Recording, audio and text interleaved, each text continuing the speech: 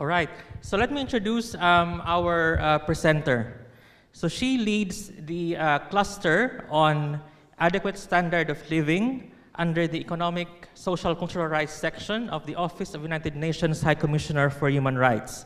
So her cluster's portfolio covers rights to housing, land, and property, in addition to the right to food, the right to water and sanitation, as well as local government support. So she has been working with the Office of United Nations High Commissioner for Human Rights since 2014, and has worked on issues like human rights and the environment and climate change. She has also supported field operations as well as universal periodic review. Previously, she worked with civil society organizations in her home country and in other countries. She holds a degree in International Development Studies from the Norwegian University of Life Sciences and a bachelor's degree in International Development and Cooperation from the University of Bologna in Italy. So friends, allow me to join me in welcoming and extending a warm hand to our colleague all the way from Geneva, Switzerland, from UN Human Rights Headquarters, who will be presenting on customary land and human rights. So ladies and gentlemen, may I please call on stage Ms. Therese Arnison. Thank you, Mark. It's an absolute honor to be here today in Papua New Guinea. Deputy Prime Minister, members of Parliament, Chairman of the Committee, UN Resident Coordinator and the UN Country Team, landowners, community leaders, civil society, we're gathered here today. And I have a very short presentation for all of you. To zoom a little bit out, I hope you can see it well, but we'll run quickly through what does human rights frameworks say about land? What does it say about customary land rights, about traditional land rights? What is the legal framework that we can lean on? What are the standards that can guide us in improving the system that is governing your land and increase security of tenure? I want to start out hearing from some of you. Raise your hand if you'd like to get the mic for a second and tell me, what is land to you? Don't be shy. Just a very brief introduction and an explanation about what land means to you and your community. Thank you. Good morning, everybody. My name is Holmes Kissing. I'm here on behalf of the Budibam Council of Chiefs and the Ahi people. Land for some people is a commodity that's commercialized or monetized for their convenience. To us, the land is our life. The land is who we are connected to. The land connects us to our ancestors and it connects us to our future. The land is the only transgenerational asset that can be transferred from one generation to another. The land is what binds us and our children's future for the hope of a better tomorrow. Thank you for listening to me. Thank you, sir. Thank you very much. Have another lady here, please. Dabanamon, everybody. Let's first of all give respect to the landowners of which we stand upon, the Motu and the Koitabu people who own the land of which the city of Port Moresby sits upon. Let us also acknowledge the Motu language of which belongs to the people of the land. For us, land is not customary. Land is native. I'm born from it. I eat my ancestor because I bury him and then I have him as my food. I take him into my soul. That is what land means. A white man, excuse my term, a white man brought a description telling us that it's traditional. A white man came and told us that it's customary. No, it is not. I am native to the land. When you bring a fir tree and you put it and plant it, it's from a foreign land and it's planted here. You bring a hibiscus branch and you come and you plant it here, it's still foreign. But there is Boroko. Huh? Boroko is natural and native to the land, not brought from anywhere. It is here, long before you came. And that is the meaning of land to me. I am native. Born by birth. Therefore, when somebody tells me that it's customary land, no, it's not customary land. I am native to the land, and you will never replace me. Thank you. Thank you so much. I'll move to the other side of the room. We'll have one more. Thank you, Mark.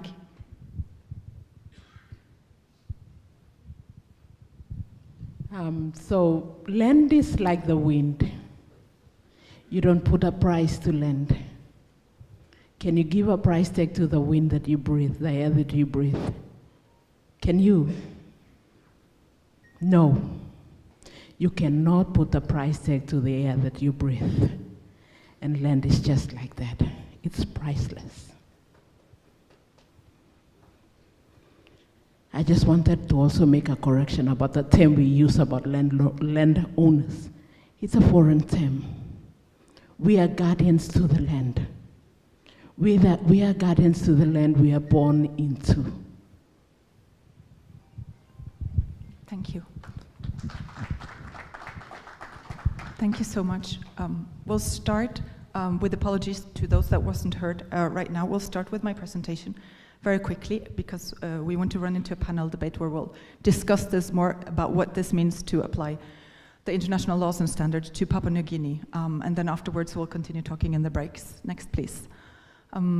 So we're just using, so all the terminology that we are using is globally agreed language and terminology that is in the different conventions and declarations. Obviously the situation in each country is unique, so I'm aware of the different terminology used in Papua New Guinea, so this is just to give you a glimpse of how it is addressed at the international level, and then everything that is done in Papua New Guinea will have to follow the local customs and traditions and the right to self-determination, just to make that very clear. We'll talk very quickly about housing, land, and property rights. Why? Because these rights are so interlinked. Next, please. We have an international framework to which Papua New Guinea is a state party.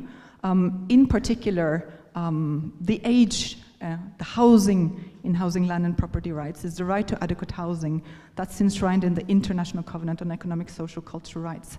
Papua New Guinea is a state party to that covenant, and that brings very specific legal obligations on the state, on the authorities, to realize this right. We'll talk a little bit more about that right and what that means to land shortly. When we talk about land rights as a general term, under international human rights law, initially, land has always been seen as an enabler for other rights in connection to other human rights, as we were talking about.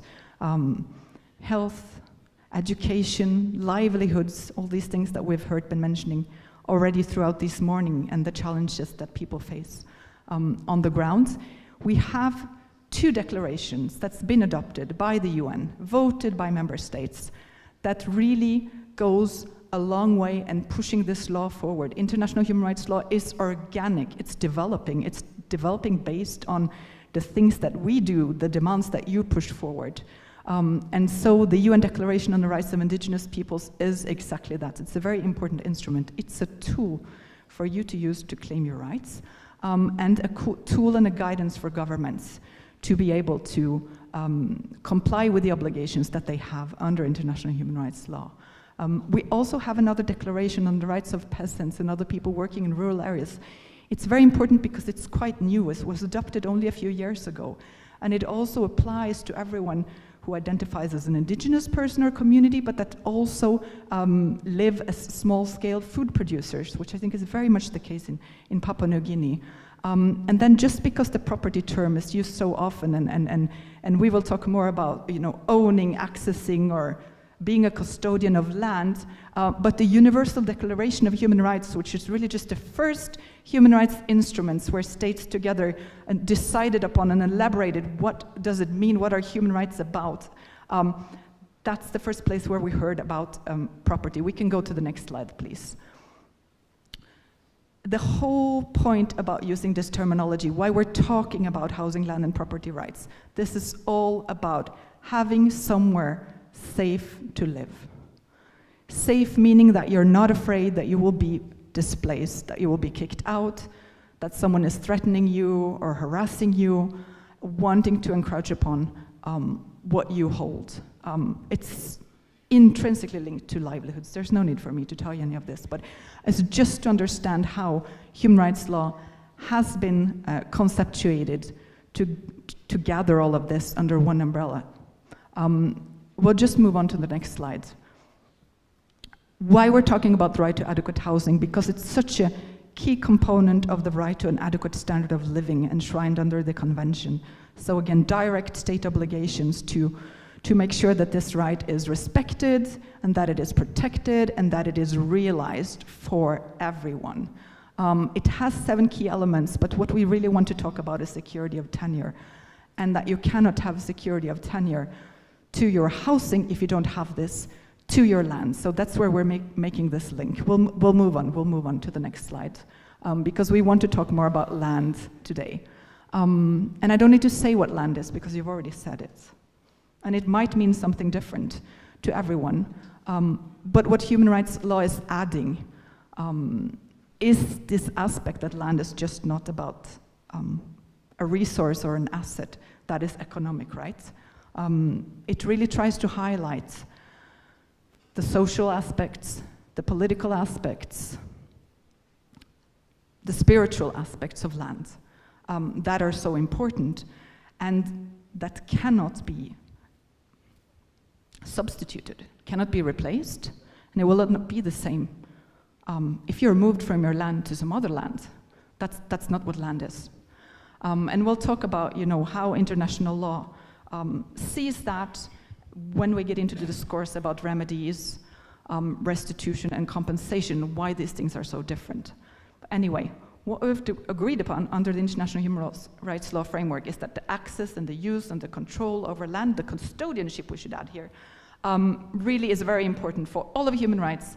And that's why it's such an important aspect of the human rights system that is being strengthened. It's being strengthened with these developments that we've mentioned, with the adoption of these 2 declarations that for the first time recognized land as a self-standing human rights for the groups that are covered by the declarations. And this is really, really, really key for securing your rights. Next slide, please. Women. We have to talk about women. Women and HLP rights.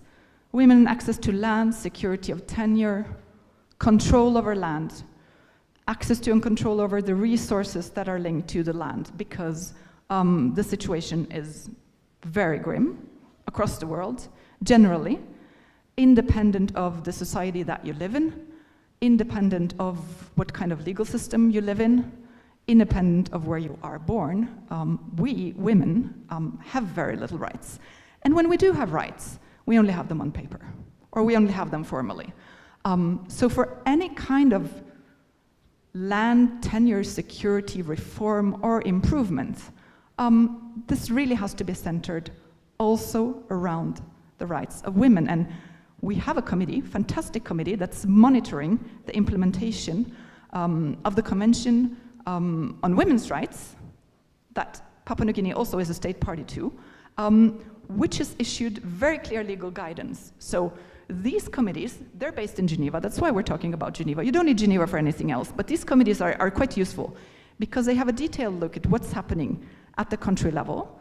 And they're looking at what the convention says, and then they're identifying some gaps and some recommendations, usually very good ones. And so, based on these practices, monitoring and reviewing state practices and reports, civil society can feed into this, academia, national human rights institutions can interact with the committees and share information so that they get a better view of what's happening on the ground in each country that's a state party to the different treaties. And so they've issued a lot of guidance specifically on rural women, specifically on Indigenous women and girls, because there is so much more that needs to be done to ensure that we have equal rights. Equality and non-discrimination is really the absolute fundamentals of international human rights law. And so if we're talking about equality at the national level in terms of titling, in terms of who's owning what where, that you don't have equality if you don't have gender equality. Let's move on. So as I mentioned, states have very clear obligations related to land and human rights. States need to ensure the respect for this right, the protection of the fulfillment. We won't dive much into what it means right now, but we'll move on to the next slide, where we're talking a little bit more about the fulfillment, because there's a whole series of things that states can and should do, depending on the national situation, to make sure that these rights are fulfilled. And one of these things is to ensure both secure and equitable and sustainable access to land, access to justice in relation to land matters. In certain cases, we advocate for agrarian reform. That's pretty radical, talking about law that's asking for agrarian reform to happen. And then there's a provision here saying that states really need to respect customary collective land tenure systems, protect traditional governance institutions. We'll talk a little bit more about institutions, and ensure meaningful participation in decision-making. Participation by women, participation by persons with disabilities, participation by youth, who are very often excluded from these processes. We'll move on. Businesses, this is relevant. We're talking about development, we're talking about investments, we're talking about the future of your land and what's being done with it. Member states have agreed on a few things. The primary obligation to realize rights and protect them, but businesses have responsibilities. So already back in 2011, there was a very famous set of guiding principles issued on business and human rights that are very relevant today, increasingly relevant, because they talk about what are the responsibilities for businesses when they cause human rights harm through their operations, when they're indirectly linked with causing human rights harms, and what are their responsibilities to address that.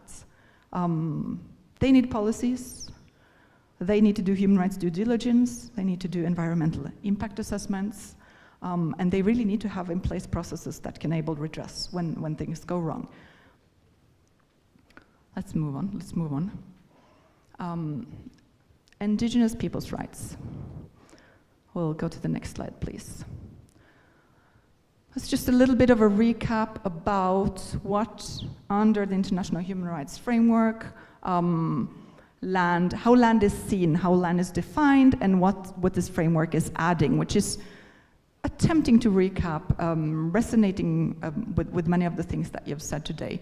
But what's really, really important is this element of identity of culture, how essential it is to survival and well-being. That is intergenerational, so it's quite different from many other rights that we're seeing, and quite different from property as a concept, right? We're talking about something that's living. And then what's really, really fundamental is the right to self-determination. That means to determine what political status and what economic, social, and cultural development you want. This is essential because everyone has the right to development, but it's very, very often malinterpreted on purpose. So this means that development should be led from the bottom and up. That landowners, the people who traditionally occupy the land, who use the land, have the first and foremost rights to decide what's happening there, what's happening with it, what's happening on it, land, waters, rivers. And so again, redress, it's a long and complicated chapter, but it's a key principle that needs to underpin all of this, because as you've mentioned in Papua New Guinea today, we're seeing both future development efforts and past efforts to alienate or to expropriate land with some very adverse consequences. Let's move on. So, just want to make very clear that this declaration on the rights of indigenous peoples is an incredibly important piece of paper. The UN General Assembly adopted this by vote, 2007. The vast majority of member states voted in favor. There were a few state parties that were, member states that were absent. Papua New Guinea was one of them. Many Pacific Island states were one of them. But it doesn't stop there.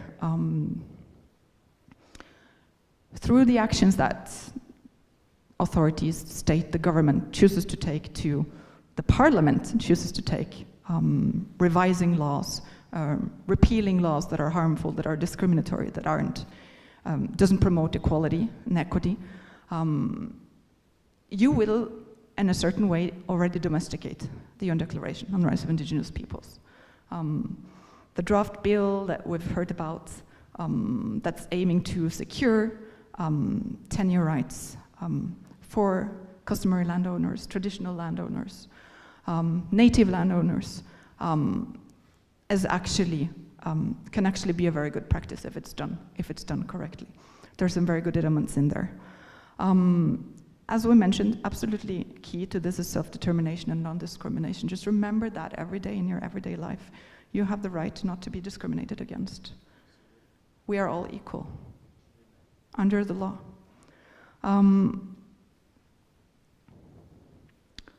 Self-determination and the free determination of what priorities and strategies for development and use of your lands is really, really key to everything that we're discussing here today. They're grounded in various articles of the UN Declaration on Indigenous Peoples' Rights, and this possible interference with customary lands, making sure that this is lawful, necessary, and proportionate, it's actually been challenged. It's been challenged in a good way. One of the human rights mechanisms created by the UN are the independent experts. We have an independent expert that's called a special rapporteur on the rights of indigenous peoples. So everything the person on this mandate does, the woman, the man, they rotate. They look at how the declaration is implemented. They look at what's happening to indigenous peoples, what's happening to lands, and how can we strengthen their rights. And the special rapporteur has actually said that land is so important for indigenous peoples that actually there is no compromise here. There is nothing that can legitimize expropriation or alienation of lands. So that's a challenge I'm just putting out there because it's been said by the special rapporteur. We'll see a quote from a very good special rapporteur later on that talks about the institutions of indigenous peoples and why we need to strengthen indigenous representative institutions and governance institutions, and that's the only sustainable way in which we can correct the wrongs of the past, in which security of land can be achieved. Let's move to the next slide, because I know we're eager to get to the panel debate, and we'll hear even more views. What's very important, we can discuss the terminology, but the UN Declaration uses the word traditional lands. That means the lands that have traditionally been occupied or used or held, and that includes the lands that you currently don't have in your possession anymore. That's why it's so important to use this terminology, not overruling any local or national terminology, but it's a really, really, really important caveat that we can undo the wrongs of the past through this legal guidance that we have, through and looked at other states, trying to use what's been done elsewhere when you actually have very good practices to build on here. We talk a lot about modernization and formalization. Actually, the state has an obligation to recognize traditional tenure rights as they are. It's not happening, but that's actually the basis. That's actually the outset of the UN Declaration. I think that's important for the authorities and to be aware of. So we're going back in time. We're talking about modernization, but in order to develop and develop sustainably, we're just going back in time. We're going back to what we had. What we had was great. What we had was was good. The declaration is simply inspired by what has been constituted practices over thousands of years. So it's all already there. We're not making up anything. The declaration isn't making up anything. Next slide, please. Free, prior, and informed consent. Living on the land, owning the land, sees that the development that was promised, the projects that were promised, are not at all what's happening in practice. So, very important. It's not a tick the box. It applies to any project, legislation, relocation. Don't even get me started about relocation. It's gonna put it. So, we're talking about forced relocation or forced evictions. Remedy, the preferred remedy under the declaration, this is restitution. If impossible, if not agreed upon by the communities, we can talk about compensation, but compensation is something very different. How can you compensate land? How can you compensate? You cannot. You cannot fully compensate land. That's not what land is. Land is not just an economic asset. Compensation allow for demographic engineering. That's what people do in conflict and war. Look at Gaza. It's a very good example why we should not apply compensation as the preferred option. Okay, next slide, please. What does it mean, free, prior, and informed consent? We really, really, really need everyone to understand this because everyone says that they're doing it. No coercion, no intimidation, no manipulation. You know, this is really linked to access to information. The right to access to information is a fundamental principle of human rights law. It's a fundamental right under environmental laws of any kind of development project that you are seeing, access to information. We've heard over and over again that people don't have access to information at all. Not in an adequate manner, not in a timely manner, not in a language that they can understand. They cannot read it, and so on and so forth. Prior, we already talked about that. If it's not prior, then it doesn't comply with free, prior, and informed consent. And informed, again, access to information. Really, really, really key. We'll go to the consent part, and then we're done with free, prior, and informed consent. Next slide, please. What does consent mean? So we already said, it's something that is not a one-off exercise. There's always an opportunity to change your mind if you're not being given what you're promised. The gender perspective is important. It is already in the declaration, but all legal guidance interpreting the declaration has really very, very, very strongly highlighted the gender aspects. Being a woman puts you at exposure of really intersecting multiple forms of discrimination, gender-based violence, and all kinds of intimidation, societal pressure for you to give up the rights that you have, but they're yours. Don't give them up. And then this last point about, as we said already, developing or revising the institutions of Indigenous peoples, and to use the decision-making procedures and to use those representative that Indigenous peoples have agreed, elected, selected to speak on their behalf. So consultation, let's just go to the next slide. I can't remember what I put there. This is the point about Indigenous institutions. Special Rapporteur, former Special Rapporteur on Indigenous Peoples' Rights, James Anaya. I'll just leave it for you to read, but it's really, he is an Indigenous person himself. He's based in what is now Colorado in the US, and hugely contributed to the development and the interpretation of international human rights law related to Indigenous peoples. Consultation is my last point. This is the last slide, but consultation. Consultation is not a tick-off. It is really, really, really hard to do it well. We know, we understand that, but it's absolutely fundamental, and if you don't consult widely and properly, you will never end the violence, you will never end the disagreement, and then development won't be sustainable, and then we're stuck in the same process again. I'll stop here, let's go to the panel. Thank you. Thank you very much, Reese. Let's give her a round of applause. And before we go to the panel, may I invite everyone to collectively express our thanks to the Acting Prime Minister for gracing us, sharing his time with us this morning and gracing this occasion. So Acting Prime Minister, Deputy Prime Minister, Minister for Lands, thank you so much for being part of this seminar. And we can count on your constant support and encouragement as this process unfolds. Thank you so much, sir.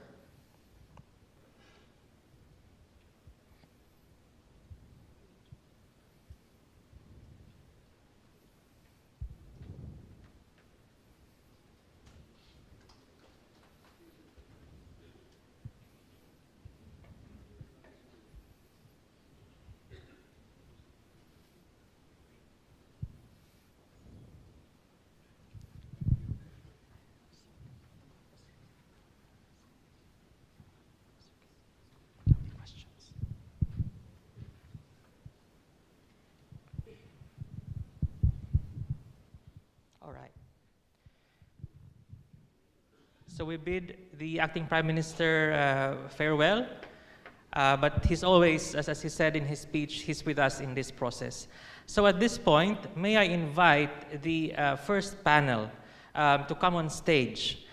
First and foremost, we have a seasoned human rights lawyer and human rights activist himself, who has been with the United Nations, specifically with the United Nations Development Program, for a long time.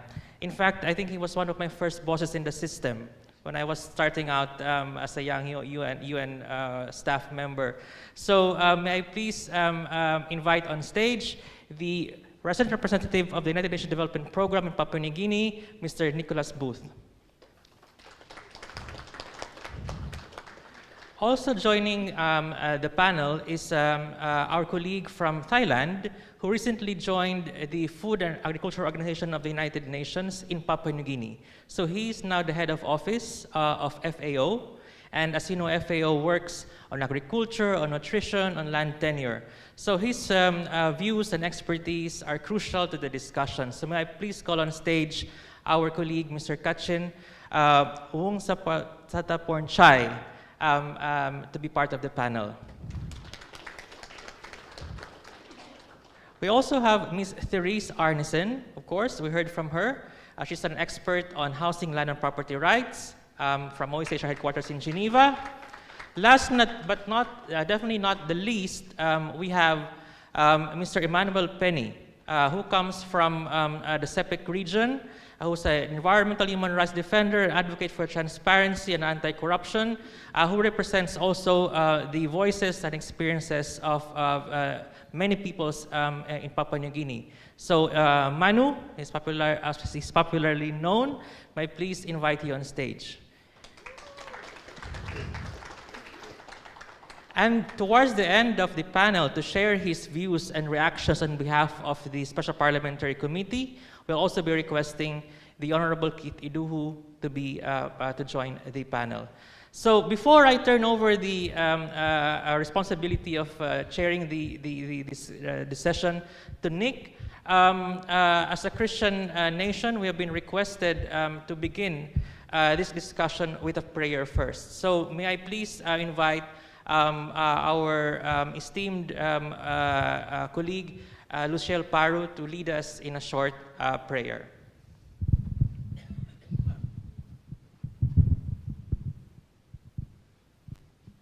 Thank you,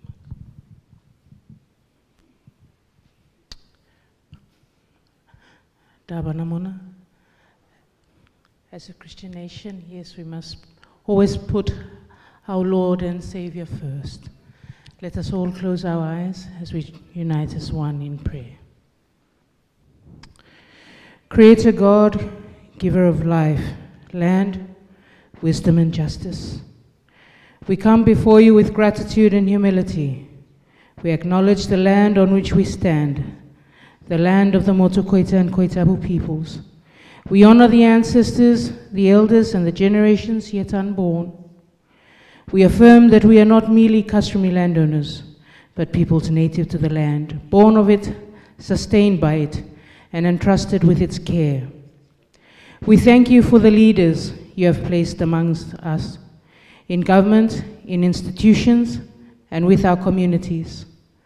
Grant them wisdom, courage, humility, and integrity. May they lead with respect for the people, the land, and the responsibilities entrusted to them. As we gather to reflect on our laws, our constitution, and our communities. Grant us wisdom to pursue change respectfully.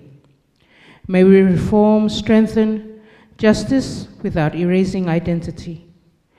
And may we progress honor, truth, heritage, and human dignity. We acknowledge, O God, that land is a sacred trust you have given to the peoples of this place. Our relationship to land is not transactional or temporary, but spiritual, ancestral, and enduring. The rights to land, identity, and stewardship are responsibilities you have given us to protect and uphold. Your word reminds us, do not move your neighbor's boundary stone set upon by your ancestors, as written in Proverbs chapter 22, verse 28. And in Leviticus chapter 25, verse 10, you proclaim, and ye shall hallow the 50th year, and proclaim liberty throughout all the land unto all the inhabitants thereof. It shall be a jubilee unto you, and ye shall return every man unto his possession, his land, and ye shall return every man unto his family. You also remind us of our responsibility as a people, saying, if my people who are called by my name humble themselves and pray and seek my face, and turn from their wicked ways, then I will hear from heaven, and will forgive their sin and heal their land. As written in 2 Chronicles chapter 7, verse 14. May these truths guide our discussion today. May humility, honesty, and courage shape our words and decisions. May this gathering contribute to healing, restoration, accountability, and justice for the land and for the people. Bless this seminar, our leaders, our communities, and all who have gathered here in good faith. We offer this prayer with the respect for all beliefs and traditions, and with hope for a future grounded in justice, dignity, and peace. And all the children of God say, thank you.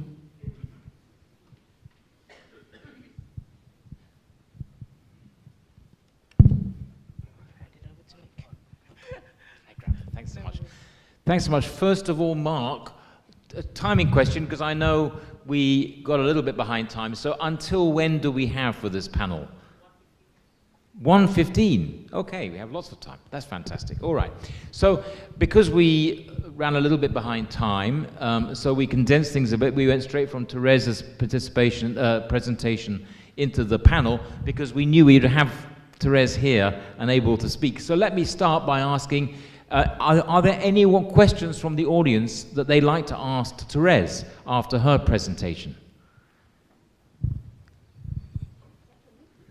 Dame Carol. Not a question. It's not a question, it's just a statement that Papua New Guinea is not a signatory to the Universal Declaration on the Rights of Indigenous People. And I think it's something we have to attend to. There's a little bit of background to that, which I only know because Dame Carol just alerted me to this fact. It's an extraordinary and surprising fact that of all the countries of the world, so 143 countries adopted UNDRIP, the UN Declaration on the Rights of Indigenous Peoples, when it was put before the General Assembly for a vote, and Papua New Guinea was not there. And there were 10 other Pacific nations that were not there. And now the reason may have been, and I don't know, Therese, whether you've looked into this and whether you have a little bit to share with us. I mean, it's important to remember that when UNDRIP was first put to the General Assembly for a vote, Australia voted against it, New Zealand voted against it, Canada voted against it, the US voted against it. Perhaps some of those Pacific nations may have felt a little shy to speak out with that initial reaction. But it's equally important to note that those 4 countries, powerful countries that voted against it at the initial General Assembly, all changed their position, am I right, Therese? And all of them endorsed it later. And some of those countries that initially abstained, or some of the countries that initially abstained, later took the opportunity to endorse. Samoa, in our region. Samoa was one of the countries which, again, perhaps for understandable reasons, initially abstained, but later endorsed. But the countries that abstained that were not present for the vote. I'm not sure if any of them ever took the opportunity later to endorse, and I'm not aware whether Papua New Guinea ever took the opportunity to come back and endorse. So, Therese, what can you tell us about that? That's why I highlighted earlier that the fact that Papua New Guinea was absent from the vote in the General Assembly, without speculating into why, can be reversed. And then this declaration, independent of whether you have voted for it or later on endorsed it, is still an integral part of the international human rights framework. So this is the first and foremost guiding framework. We talk about security of tenure under the covenants, and this declaration explains what that means in practice. So it's a development and a standard that you should aim at achieving and implementing. Many countries in Latin America has really strengthened. Yeah, my name is Martin Madden. I'm the Acting Chancellor of the Papua New Guinea University of Natural Resources and Environment. I would like to just remind the seminar that our own laws, our own constitution of Papua New Guinea predates your law by 33 years. And find all those, what you have declared in 2007, it's all stated in our national goals and directive principles, expressed in very many ways. And starting with integral human rights and equality and participation, you're talking about here. And I think if we are forgetting our own laws, that's probably our problem, but we do predate your laws by 33 years. And also the Rio Summit. We are the first constitution that actually, it upholds. The fourth goal of our constitution is on the care of the environment, natural resources. And so just look at our 5 goals and directive principles, and you'll find everything you're trying to incorporate into your law in 2007. Thank you. If I may just quickly add, thank you very much. That's exactly why we're saying that UNDRIP is not inventing anything. This already exists. But the reason why we're talking about UNDRIP today is because UNDRIP promotes security of tenure. And what we're hearing during consultations, what we're hearing from community landowners, is that there is not real security of tenure for everyone in Papua New Guinea. So that's the point of why I'm highlighting what's in the declaration. Thank you. So did I see another hand? Okay, I think I did. Again, if you can all please introduce yourselves. Sorry, I'm one of the locals from Tari, Chairman Blocking Kobri ILG, Lotari Town. Now, Chairman Lotari about Natanda Clans Association. Time this country, and we have a problem to understand him. Resource owners, land owners, and this like now. Kind time was semi blood total how Balukatimol management and this something near Palim Mibla Tuna. Me wonder because low place Lomilo Elenchina about me. Tarimon, I speak about Mr. Call him 16 Plapapa. Lo genealogy Blomilo Giram. Now United Nations come administrative land affairs block country play me. Me pan him hardly understand him too, but government play me yet how I mean go pass lo till I can walk. Now talk Saul people and me could to much little more. No good only dictate him how me blow by running resources blow you mean. All lands blow you mean at this like because now yet me follow this so me ask him that's all understand him. Because one block question me get long also I call him Lenona. We are Lenona for what? One. Now there is an interpretation need to be interpreted. Lenona resource owners. Who owns the resource? Lenona on him what? What is like number people need to understand him so. Please, you all money go pass the people program clear him. Thank you. Bye. Thanks. Now, because Therese only arrived in PNG on Monday, I think her top Piston is not yet fluent. Maybe, Manu, if you can just help summarize the question or the comment, maybe, for Therese to comment on. Oh, I think...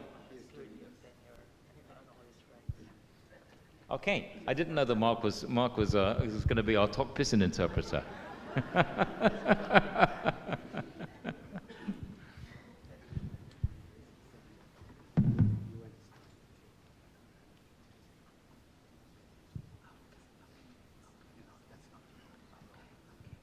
So maybe summarize the comment and your response for those in the audience who are not as fluent in Tok-Pisin as well, thank you very much, everyone, and particularly to the gentleman who made the comment and to pose the question about how you can better understand your rights and the processes related to securing tenure. If I understand correctly. And then again, what's the UN's role in this? So I'll just be brief so that I don't talk too much, and we'll go on with the panel. But sir, part of the reason why we came here from Geneva today was to talk about the international standards and what the government is expected to do to secure your rights and what their obligations are. About the processes in Papua New Guinea, I think we will talk about it later on, and I know we have some experts whose full-time job is to deal with land management. So we'll get into the details about that. And the role of the UN is really to support the government in these reforms, in these attempts to realize security of tenure for everyone. So we are providing what the international framework is. As you heard, we have some discussions about what is the difference between a treaty that the government has really signed and ratified, and what are these declarations that are adopted still by member states in the UN and what they mean on the ground. So thank you very much, sir.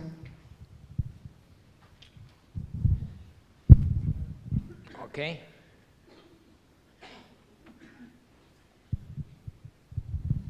Thank you. My name is Jonathan Owata.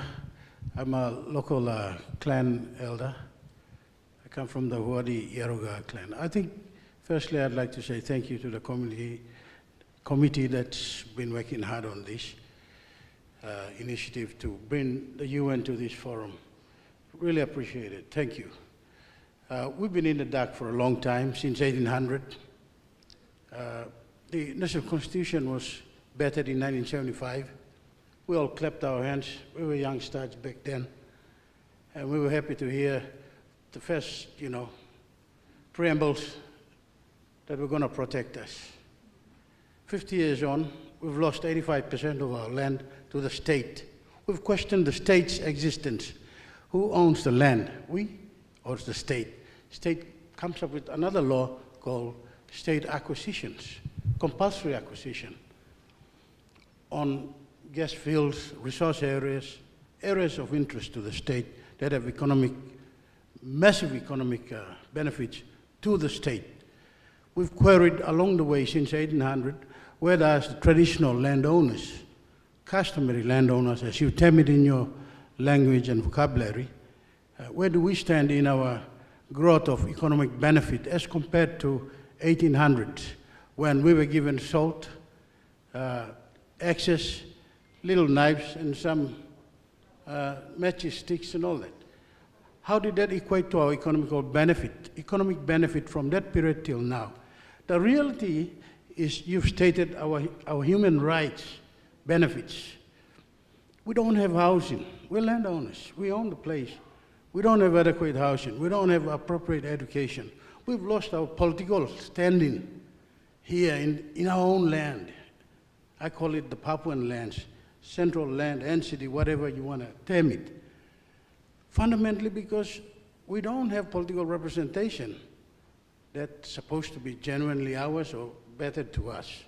No, that's become an open right where anybody from another province can come and stand on our electorate and run for political office. And as a result, we're left out. We're marginalized in our own land.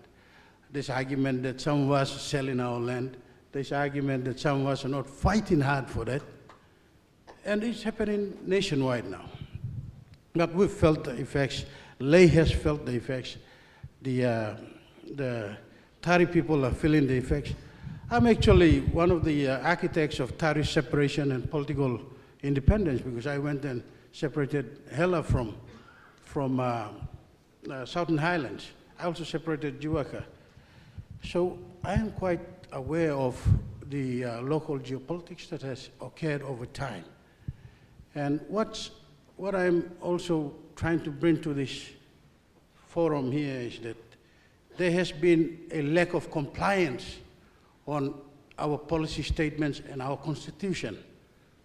And in attending to our legislative rights, And I hope this committee can take with that some of us are listening in the backgrounds with massive experience, trying to say, hold it.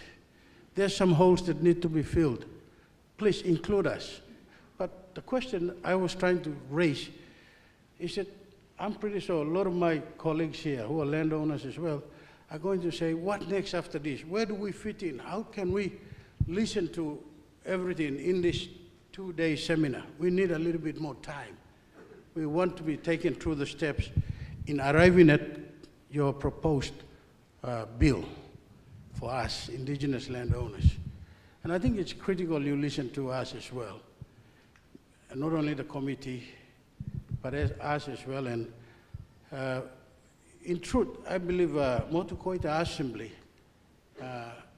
is a stamp that was created by the state to represent us and isolate our traditional kinship, our traditional lordship, ownership.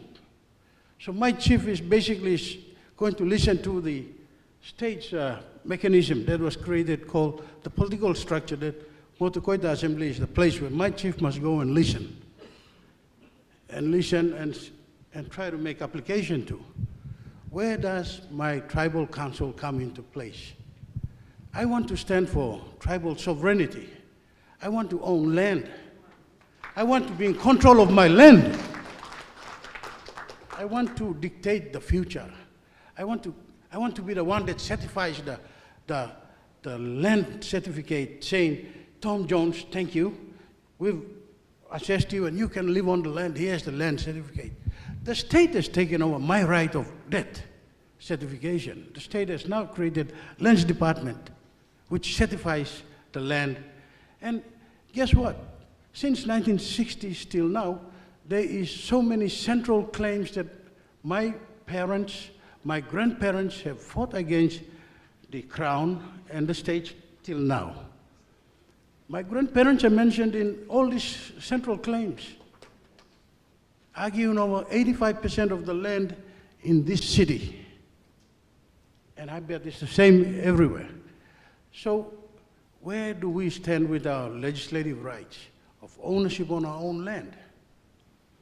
The other issue I really want to present here for this committee, and you want to understand, is that precedents have been set in the United States. The 5 tribes, 5 nations, presidents are there. They have right, sovereign authority over their own tribal land. Give us that. Give us that sovereign authority on our tribal land. Don't come and acquire it. Make us partners to your development. The state should make us partners to that development. So let's look at those options. Thank you. Thanks, and I think Dame Carol has something on she wants to add. I'm just hoping that the Special Parliamentary Committee will have a dedicated section on the rights of the Indigenous people in urban areas in this country. That's very different from the rights of Indigenous people in the rural areas. And it's a tragedy that has unfolded. We need a special section. So almost as many of these comments are actually being addressed to the special committee as to our expert. I'm Keith Edu, who is going to join us at the end, but I will give Therese. I'm going to take maybe a couple more comments, and because we haven't had enough women speaking, I'm going to pass to this lady, and then to this gentleman, then I'm going to go back to Therese for a quick moment. Thank you. Lusil Paru, Papua Native Landowners Association. Right. I will bring us back to the colonial era, because I view a lot of the issues that we face today, as our Honourable Member Keith Edu, who has also picked out, as being carried on into what we are facing today. And I know that around the world they're facing the same issues because of colonization and how we were managed within and under colonization. The British government, in putting Papua New Guinea underneath another colony, Australia, also caused issues of which Aboriginal people, Torres Strait Islanders, Maoris also face because of Australia's colonization. Their influence into our constitution and the policies that we have. Yes, as our good teacher from the PNG has already mentioned, yes, we have those written into our constitution, but it's fairy tale because it's not implemented. It's not been actually taught into our schools for our children to understand where we are. And this is where I'm appealing back to Therese in her position with the United Nations. On the global aspect, Papua New Guinea really needs to be decolonized, because we were not put through a decolonization process when we had our independence. We also need a referendum to be done so that our people can be able to speak as to where and how and why we are moving in the direction that we need to move. Those were not done. The awareness into making sure that a referendum actually reaches into the heart of what my fellow colleague here and fellow Papuan has mentioned. Our people were not talked to understand where we are moving in terms of independence. We need that awareness, we need that referendum so that we can assert ourselves. Not through the eyes of the foreigner that has come and the system that has come to us. I will put it simply as, when those foreigners came to fight in World War II, the perception we have is that they were here to save us. They were not here to save us. They came because of the resources that we have, that we should be rich upon. But they came and put their system, they came and put it for their benefit, and it is still becoming a foreign benefit and not us, the people of Papua New Guinea, benefiting from what belongs to us.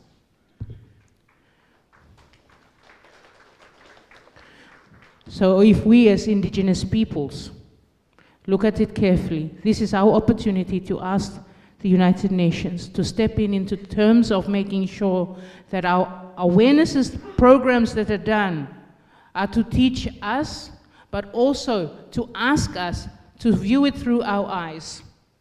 Because if we look at Kokoda, it's written through the eyes of who came and fought here. It's not written through the Kokoda citizen to tell you that he was sitting in the garden watching an Australian and a Japanese man fighting over on his land without him actually knowing what are they fighting for. He only knew that I have a pale-skinned person and a slanty-eyed person fighting, but what are they doing here?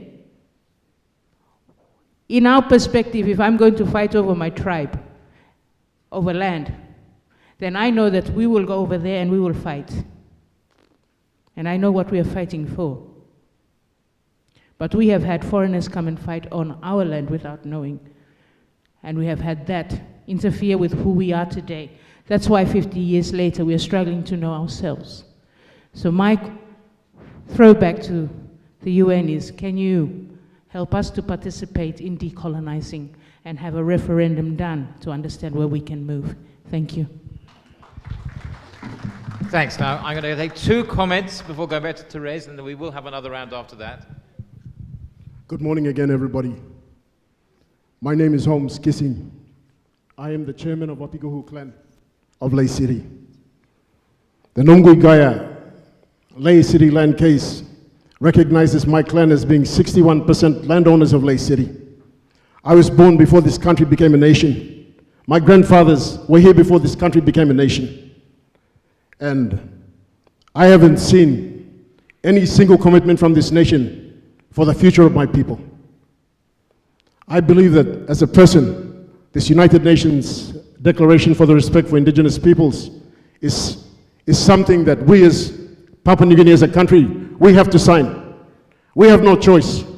We have to sign it because there are 800 different languages in this country. We are 800 different nations within one country. We are 95%, 97% landowners of this country, and yet we have no empowerment, we have no safety, we have no security for our traditional lands. We need guarantees. We cannot no longer live in limbo. I applaud what Dame Carol has said about us putting in the national goals and development principles. I commend our forefathers for that. But they are principles. They don't guarantee anything. They don't guarantee law.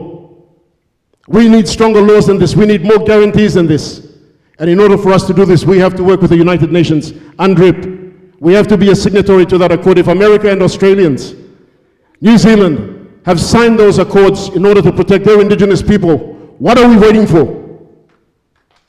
We have to grow political will. We have to grow a political backbone. The land doesn't belong to the government. It belongs to us. You know, I was a bit, it's unfortunate that our Deputy Prime Minister has to leave, but I had a lot of things that I wanted to ask him here in this forum. And one of them is this. The Supreme Court recognizes my people, my indigenous people, the people of Butibam, the 14 clans of Butibam and Kamkamu as landowners of Ley City. We are recognized by law, by the highest court of law. But there is no political for anything. There is no political will. There is nothing. No guarantees for my people. Even now, in this day and age. These are not all colonial, unfortunate incidents. The Supreme Court is still live and active today. The Supreme Court ruling, to my belief, is current and active today. That's why, as an indigenous person, I don't say that I'm an indigenous landowner of Ley City. I'm a legally recognized landowner of the city of Ley. But I have never been brought into any development forums. I've never been brought in to sit with the government and talk about subdivisions, state leases. To me, at the last meeting that we had with the Constitutional Law and Reform Commission, I told them, your state leases mean nothing to me. They are just pieces of paper that you've reclassified, land that I legally own. We have to have changes. Because otherwise, 95% of our country, I understand why the Bougainvilleans fought for their country. I understand why, because I'm in the same boat. We need reform. We need changes. We cannot go on with laws that are outdated. The Land Act 1996 was not designed to help any of our indigenous landowners. 30 years on, how many of you people have benefited from the Land Act 1996? It's become a hindrance. The Land Act 1996 is unconstitutional. I'm saying that. You call me out on it because it unjustly deprives our people from our land. Section 53 of the Constitution. It deprives our people from accessing our land. Our land was not given to us by the state, it was given to us by God. We've been on this land before this country became a nation. Why are we subject to a land act that deprives us of our land, that takes away our land, makes it hard for us to get titles, but it puts our land into the hands of developers and people with money? We should be wealthy. What's happening to us is a travesty, it's a disgrace. We have to repeal the Land Act. We as customary landowners do not benefit from the Land Act. It doesn't work for us. And we own 97% of this country. Who wrote the Land Act? And who benefits from the Land Act? How many people here, how many of you landowners here benefit from the Land Act? How many of you benefit from the Resource Act?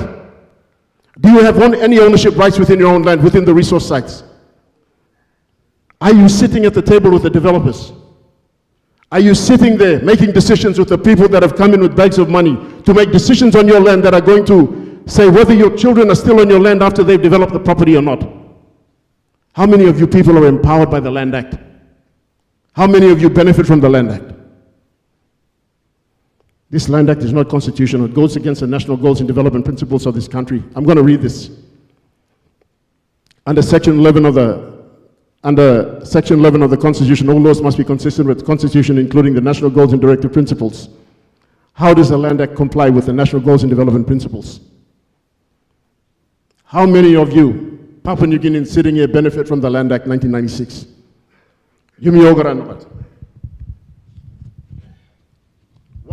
Why are we writing laws? Why are we writing laws or enacting laws that don't promote or benefit the interests of 97% of our country, especially to do with land? Is this right or wrong? You ask yourself, does anybody have peace about their land right now with the existing laws that are in place? Does anybody here have peace about it? Do you have any security? None of us do. We have to go back now and we have to look at it, either repeal the Land Act and write a new one, or make a new Customary Land Act for us customary landowners so that it can benefit us. Thank you for listening to me. Thank you.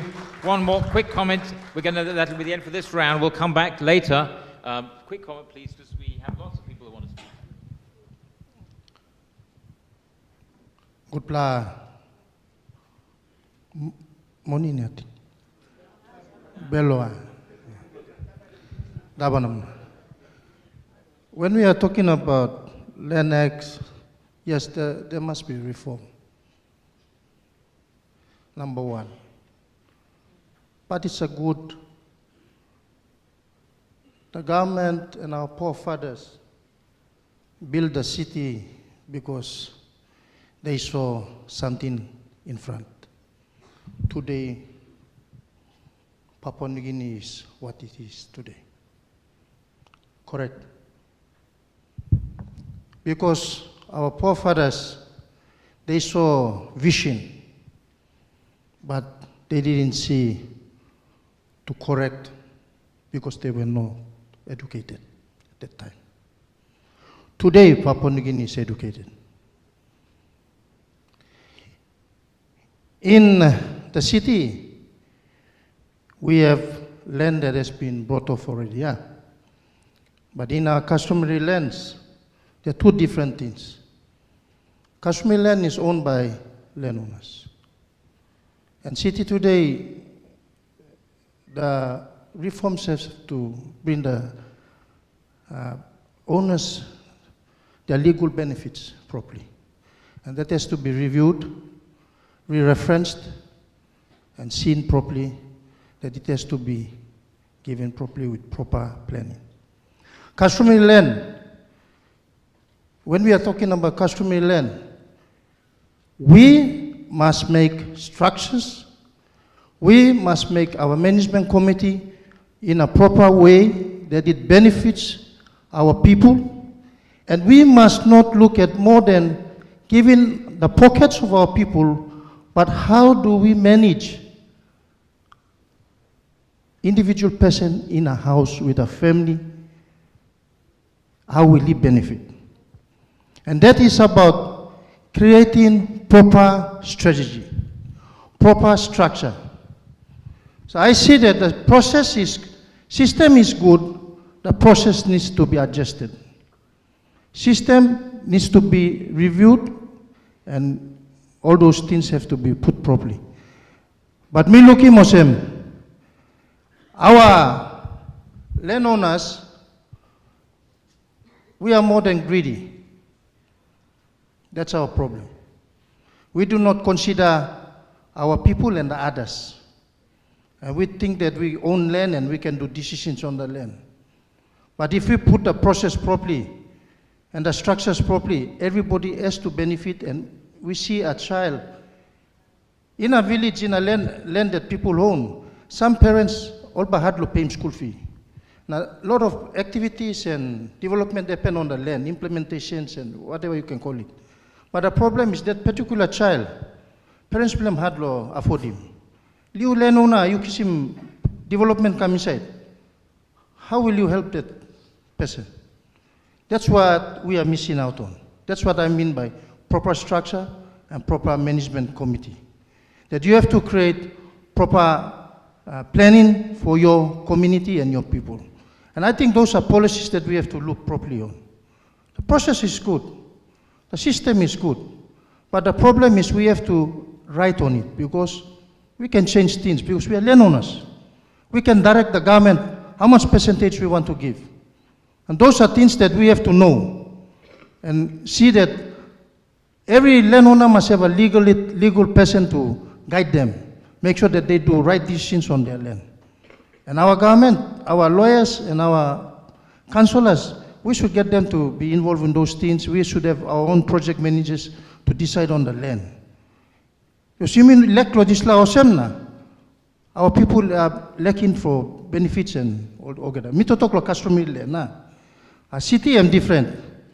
Those are processes that our forefathers looking now, or looking, but today or some indigenous people, they are facing problems. So today, customary land is different from city. City are indigenous people. Customary land owners, we are owners of our own land and owners of our own resources, and we must do proper planning on it. Thank you. Thank you. Now, Teresa, I don't know, again, some of these things I'm sure Honourable Keith will want to address later, but if anything that resonated with you, you want to just comment on? I'll be very quick, thank you, Nick. I just really want to say that what I take away from so many of the comments, is this need to consult very, very widely, so that we are realizing the right to participate in decision making. And another point mentioned by the gentleman about benefit sharing. So when we talk about the right to development and to steer your own development, benefit sharing is really an integral part of the right to development. You'll see that one of the experts, the Special Rapporteur on the right to development, has done work on that to further, the interpretation of the Declaration on the Right to Development specifically, which is a different declaration. And then just one thing I wanted to mention, because we were talking about, what does UNDRIP mean for Papua New Guinea? So let's go back to the treaty that the state has ratified, that you are a party to, on economic, social, cultural rights, and the guidance, the legal guidance that comes directly from the committee on land and economic, social, cultural rights. So in 2022, the committee issued legal guidance specifically on this, in which it very thoroughly references the provisions of the UN Declaration on the Rights of Indigenous Peoples. So that's your entry point, basically. The committee is telling you that the way that they interpret land and economic, social, cultural rights is reliant on UNDRIP. So we're moving forward. 2022 came, and that's another tool for you to use. I really just want to reiterate the role of the UN, the Human Rights Office, globally and at the country level, is to support governments to realize and respect and to fulfill human rights. So we are working for the people, primarily through the governments, yes, because the human rights system is set up by treaties that states are parties to, but the ultimate objective and the people that we respond to are the rights holders. Thank you very much. Thanks so much. Now, I know you've got many questions, and I will come back to the audience again for the floor, but I want to give our two other distinguished panelists a chance to comment first, and then I'll go back out to all of you and take your remaining questions and comments. So I wanted to ask Manu, so we have Manu Penny here from Save the Sipic. You've heard those principles, those human rights principles, that we need to have secure land tenure systems, but that respect the right of free, prior, and informed consent, that hear the voice of everybody, that are gender equal and so on. What resonates with you, having heard all of these, from your experience about the issues that communities face in Papua New Guinea? What do you want to take to the special committee based on what you've been hearing in today? I'll begin my response with how Keith ended his talk. He said, let's look forward to a just and peaceful land governance system. And so I thought it was really a wonderful way to say it, because much of what I see and experience at home in the last 10 years living in the village along the Sipic River and working to protect the entire Sipic River and the Sipic River Basin is understanding that this just and peaceful and equitable governance of the land was really found in the last in the last 50,000 years ago, before independence. It was before the colonization. It was the colonization that brought their ideas around registering land, getting into individualism. Because you see, we come from a society of egalitarianism, where we have shared values, shared resources, and we don't accumulate wealth, but we redistribute wealth based on the shared land, the shared understanding of how the land is, the ontology, the spiritualism of it, and how it provides for us and how we provide safeguards for it. So if Keith and his, the people from, who are part of the working committee can go back before colonization and get wisdom from that, be informed by those practices, be informed by those laws. Remember, it took us 50,000 years to perfect our laws. The laws we want to use today came from and pardon my language, white, slave-owning men in the 50s in England or in the 40s. They have no common values with us. So those laws will continue to conflict with us in how we interpret them and how we try to explain them in even today's world. And so in my experience in protecting Sepik River, I realized that every time I try to organize community here, work with people in London, work with people in America and in Australia, it all comes back to the law. The law provides for the outsider. It doesn't provide for me. It doesn't safeguard me. It doesn't safeguard my river. And it's the same thing I understand many of us feel. To the gentleman over here from Motu Koita, the law didn't provide for you, and you're asking, where do we go from here? Where do we fit, or how do we fit? We will come to that when we talk about FPIC in the next round of questions. But I also want to reiterate what Honorable John Rosso said about, he said ILG must go, or he suggested ILG must go, and we all clapped, right? I want to go further than that. That government should not legislate customary land. Leave it as it is. Because for 50,000 years, we've perfected laws, practices, mechanisms, and system to govern our land. The government should, instead of legislating, it should work on building a newer sort of system to respond to issues in, say, Motu Koita, or any villages who are on the perimeter or periphery of urban settings.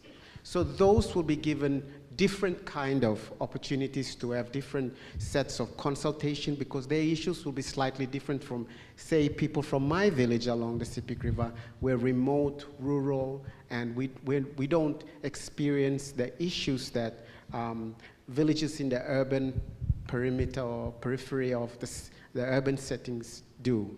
So leave the customary land, work on mechanisms, work on processes and systems to safeguard land and safeguard the rights of the guardians of the land. Thank you. Thank you very much. Kachin, Food and Agriculture Organization has lots of experience around the world about, and it's learnt how land tenure principles need to be structured to be able to play, so that land tenure can play its role in contributing to food security, in strengthening livelihoods. What do you bring away from the principles around around land tenure and human rights that you would like to highlight to the committee and to those here about the kind of principles the committee should bear in mind to make sure that this law strengthens livelihoods and contributes to food security in Papua New Guinea? All right, thank you, Nick. Good afternoon, everyone. I feel almost intimidated because as you heard Mark introducing myself, that I basically just arrived in Papua New Guinea last August. So I'm sitting among you all, a panel here are experts on land tenure, and then you all are basically providing a lot of wisdoms, which I'm listening to attentively. And looking at then, where am I fitting? And then I feel almost like Nick, you ask questions so that we can take a little break from the heated discussions around legislation, governance, and all of that. So let's look at something a little bit more positive. Happy to entertain that. And then again, as I mentioned, I am new here, so I'm going to stick my interventions on what I'm good at, which is around food and nutrition. And I can tell you why this is also relevant to the discussions we have here. One, I'm not sure if you are aware, we're talking about human rights, but the right to adequate, safe, and nutritious food is also a form of human right as well. So we should not forget that, right? So then, second of all, land is very important. Access to them, legislating them, governing them, but it is also important that we haven't touched very much on how it's actually used. So that's exactly where FAO is coming in, as looking at how lands are used for food and agriculture, particularly in the context of Papua New Guinea. Let me just throw in a little bit of statistics here. Well, I think many of you already probably have heard these numbers many times, that about 86% of Papua New Guineans live in rural area. Okay, 86%, that's a pretty high number. And then 80% of them, 80% of those 86% rely exclusively on agriculture, okay, for their livelihoods, right? And we can also safely assume that those who live in the rural areas and engage in agriculture are not going to be commercialized or industrialized. They're going to be a more or less subsistent agriculture type practice, right? So with those, if we are doing a simple multiplication, we can say that the entire population of Papua New Guinea, you have about 70% of the people who are engaging in agriculture, subsistence agriculture. And well, you would agree with me as well that food doesn't grow or that is not produced out of thin air, right? Food is produced where there is land and water, right? And this is even more extreme when you are engaging in subsistence agriculture, that if there is no land, there is no subsistence agriculture, and they would cease to exist. Okay? And this is very much relevant to all of us sitting here, not because you are farmers, or not because you are producing food, but because you are consuming food. Unless you are thinking of continuing to import a large amount of foods outside of Papua New Guinea to be consumed here indefinitely, then this matter is relevant to you on how subsistence farmers will actually have access to land. And I would also base my interventions on two relevant documents that I will use as my foundations, again, because I'm focusing my interventions on food and agriculture and food and nutrition. Number one is the document produced by FAO called Voluntary Guidelines on the Responsible Governance of Tenure. Okay? Land, fisheries, forest, in the context of food security. And this document is available on FAO website if you wanted to have access to them. The fact is, this document was developed back in 2012, and PNG endorsed it. Okay. PNG endorsed this document as a member of the Committee on World Food Security. So you are committed to this document, and this document developed in 2012 was recently revised to take into account also major developments around indigenous people engagement. And the latest version is revised in 2022, which is also available. The second document that I would like to make reference to is your own PNG National Agriculture Sector Plan 2023 to 2033, which was just launched October of last year at the PNG Parliament. Okay. These agriculture sector plan actually doesn't take land tenure very lightly. It recognizes the important land tenure to agriculture and food security, for which it's dedicated we call it sustainable land mobilization, use and management as one of its priority areas. Okay, so I would encourage very much any of you who can have access to that document to really look at how then these are relevant to the conversations we have here. Now, there are many elements of land tenure that are heart and soul of agriculture, but I will just give maybe three specific examples. One is the land tenure related to investments and productivities. Let me ask you this, okay? If you are subsistence farmers, okay, you right now maybe informally own a piece of land, okay? You don't really know whether this piece of land will actually belong to you tomorrow, next year, or whenever, okay? Would you actually start to make investment on it? Okay. The question is no, right? And engaging in food production through agriculture is not something like you are going to a market or supermarket and you come out with a bag of potatoes. Right? If you are producing them, it does not take days or weeks to produce. It actually takes months or years. And this is a longer horizon investments that you are planning to make, hoping that you will be able to harvest and benefit from it years after. But then again, if you always live with the mindset that you don't really know whether you will continue to be in this land, the sense of insecurity about land ownership people are actually less likely or less willing to actually make further investments. Be it fertilization of your land, be it the irrigation system, be it agroforestry management, be it also investing in seeds and crops, right? So, and how would that impact everyday life of farmers and yourself here as a consumers? Of course, directly it impacts production, right? Because the less investment you make in agriculture, the less productions you have and the bigger the production gaps. But not only that, there are also hidden side effects of that, which impacts also nutrition, right? When people doesn't want to make investment, they tend to engage more in agriculture that give quick returns. And these are the types of crops that you are seeing as your stable crops. People are actually going to be less inclined to make investments on other diversified types of crops that actually give you more nutrients. These are fruits, vegetables, right? So because again, these types of agriculture practices takes a lot more time and takes a lot more investments. And this is the root cause of why we're seeing the agriculture production and consuming habits in PNG the way it is today, where we are actually facing an acute malnutrition and acute food shortages, particularly during the environmental distress. Second point is around risk management and resilience. Okay. The voluntary guideline highlights that the secure tenure is a safety net to hardship. It reduces vulnerability, hunger, and conflict risk when resources are pressured by population growth, environment degradation, and climate change. Imagine now, I gave the example in the highlands area where people are producing food, but looking at the coastal village, okay, if the coastal village people are facing storm damage, families may rely more on reef cleaning and mangrove foods while garden recovers takes a little bit more time, right?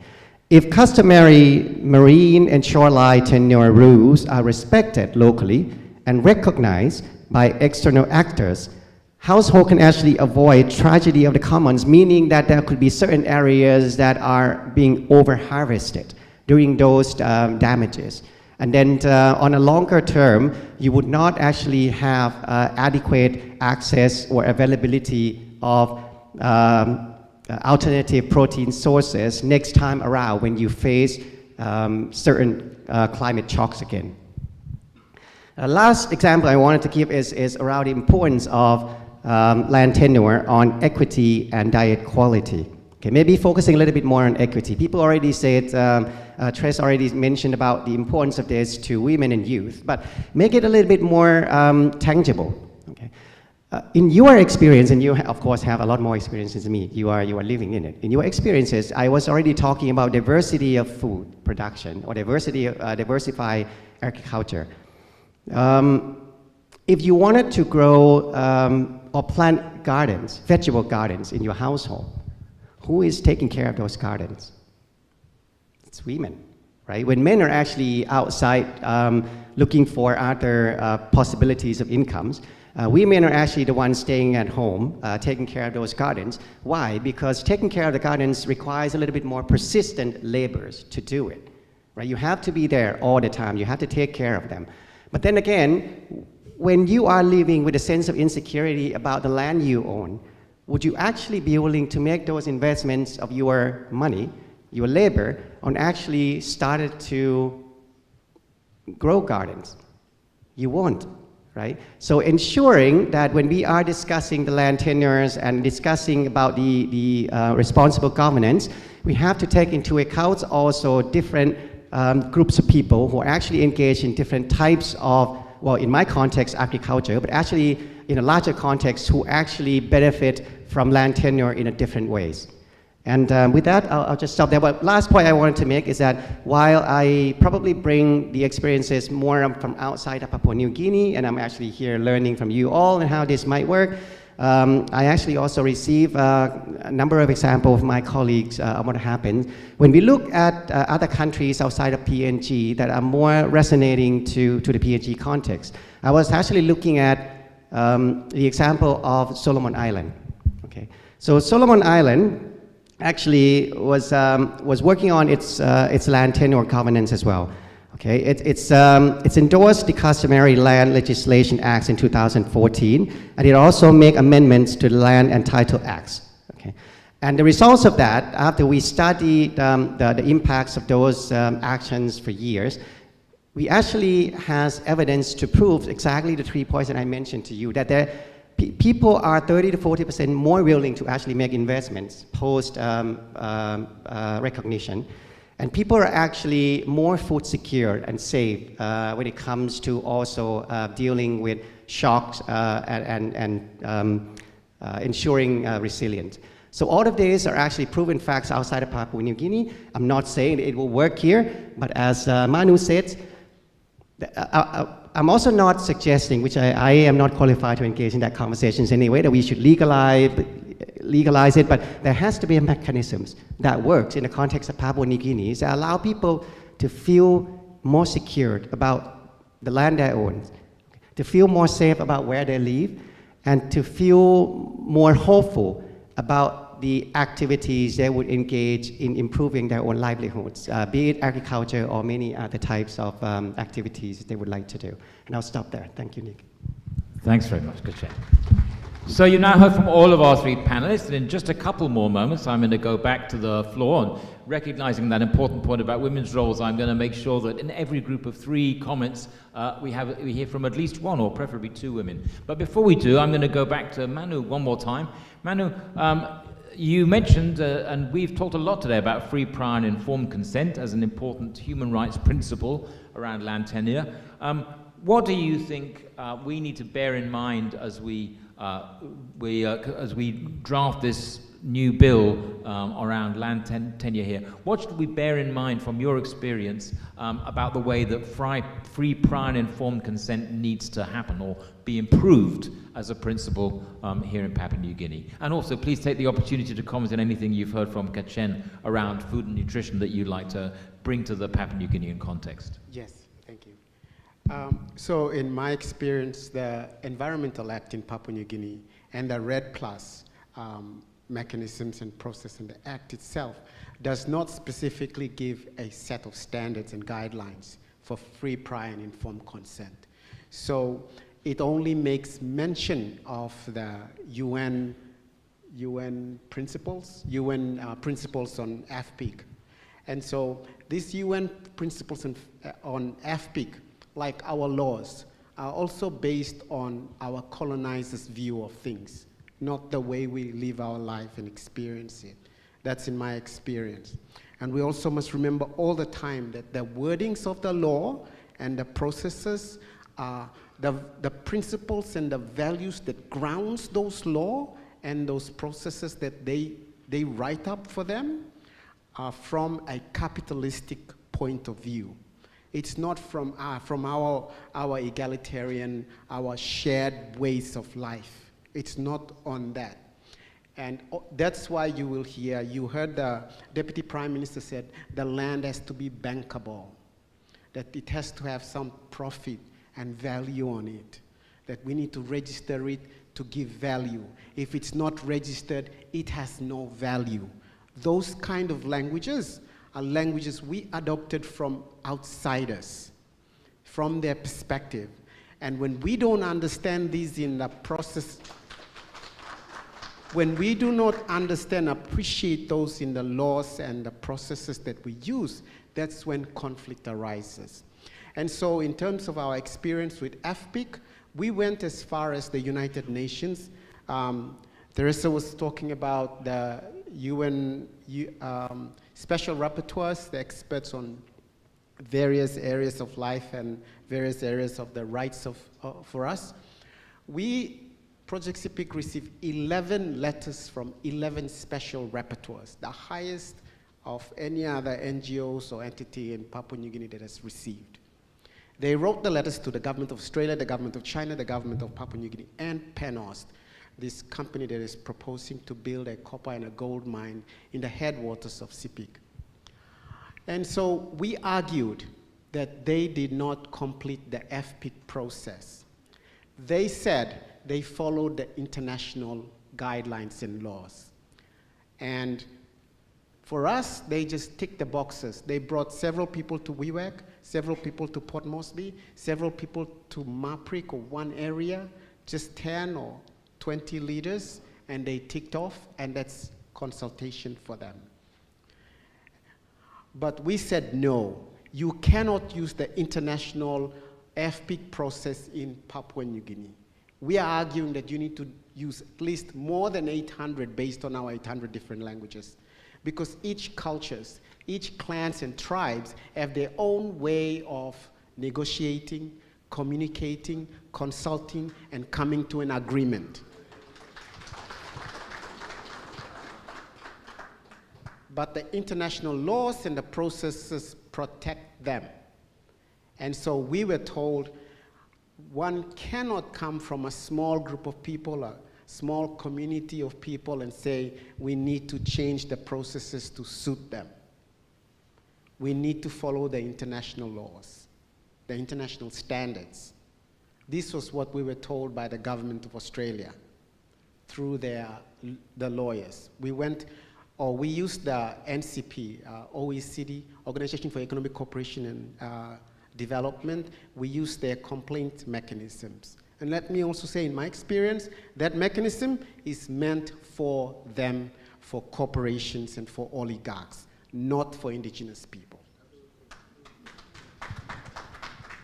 So if we are to build our own FPIC, and I'm going to be really big on it, and I hope everybody, you stand up on it, because me as a CPIC person sitting here cannot define a standard for a central province person. I cannot say this standard worked for me. It should be able to work for central province, East New Britain, or up in the highlands.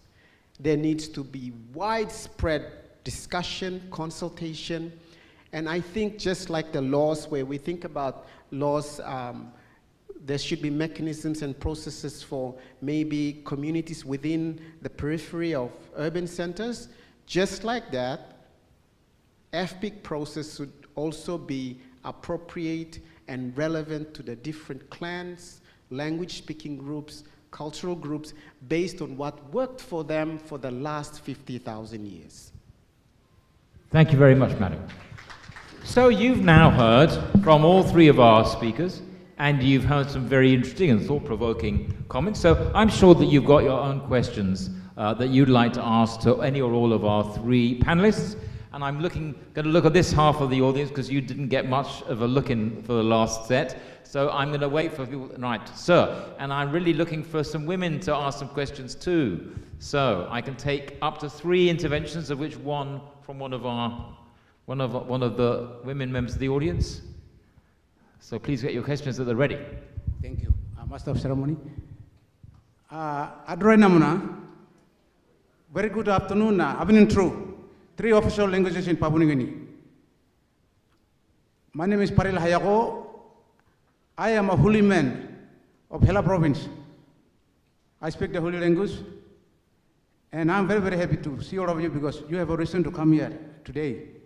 And I have been always looking out for such opportunities because I represent the Hiwakoma tribe of High Gas Fields. I'm a representative trying to pursue, trying to get to the respective state authorities to have the customary owners declared. During the 1990s, the 7 hectares of the High Gas Field where the power plant site is sitting was compulsory acquired to build the 75 megawatts of electricity to supply the Pokoran coal mine. So I used to work for City Council, and that's why I also respect the Motoko Devons too. Sometimes I spend time with them too, and work along with them as a fellow Papuan and to talk about the issues. And I mean, some of you here and other local members here too, Mr. Samuel, thank you for your presence. And not forgetting our chairman himself, son of Motoko Devu, chairman of the Special Parliamentary Committee, Kito Hodeu, son of Central Province in Motoko Devu.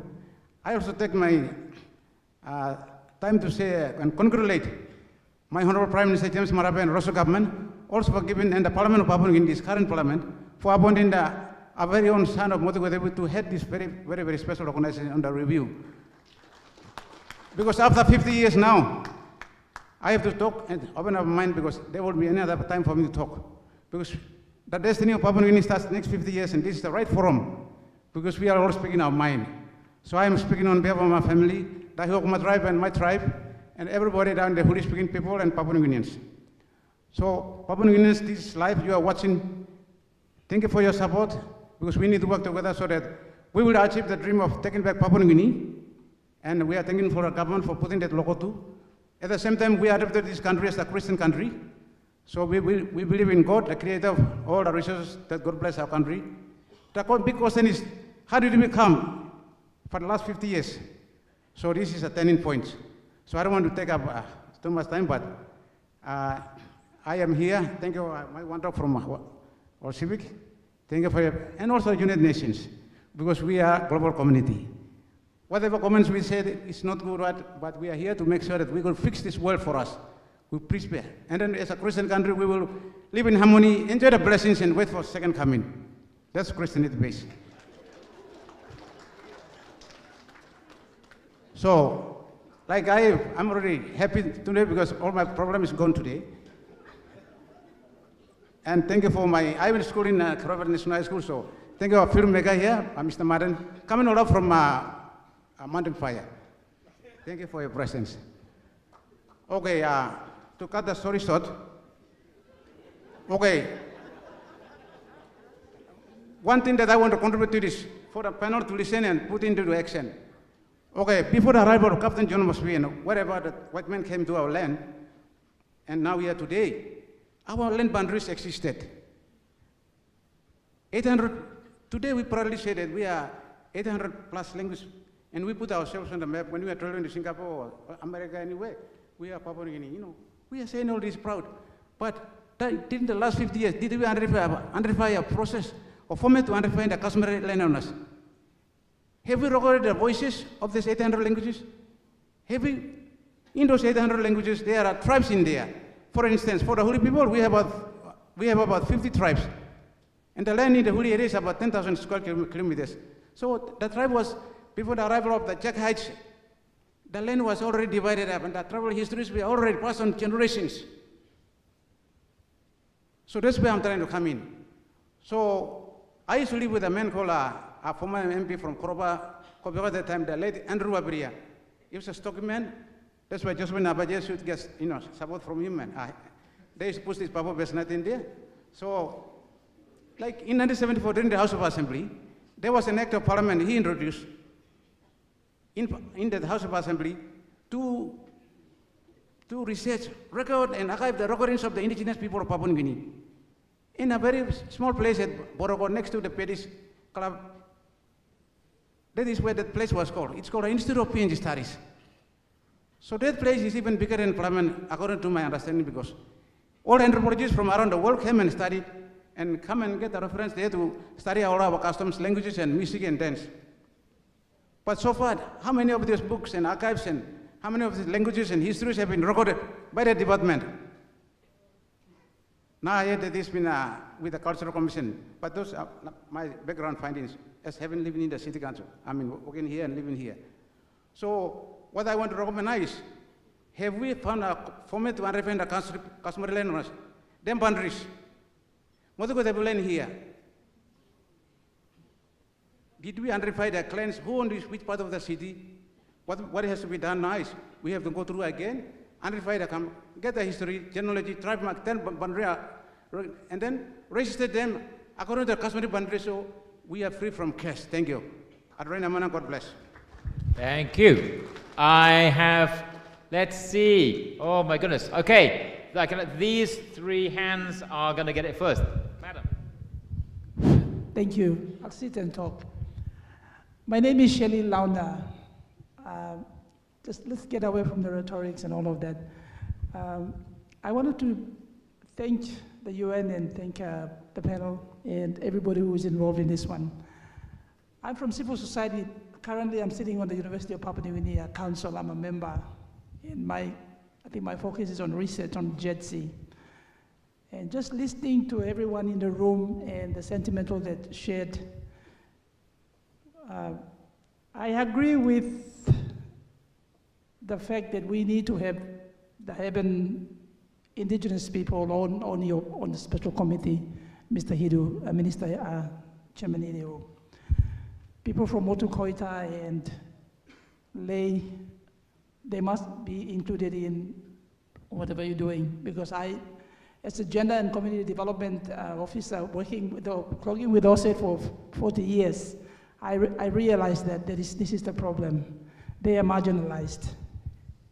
And they have not been included in mainstream planning and budgeting, and their traditional land rights taken away from them, and the traditional leadership that deals with land tenure system has also been squashed in a lot of ways. So they should be given special seat in this. And I agree with the Motu Koita people having their own representative in parliament.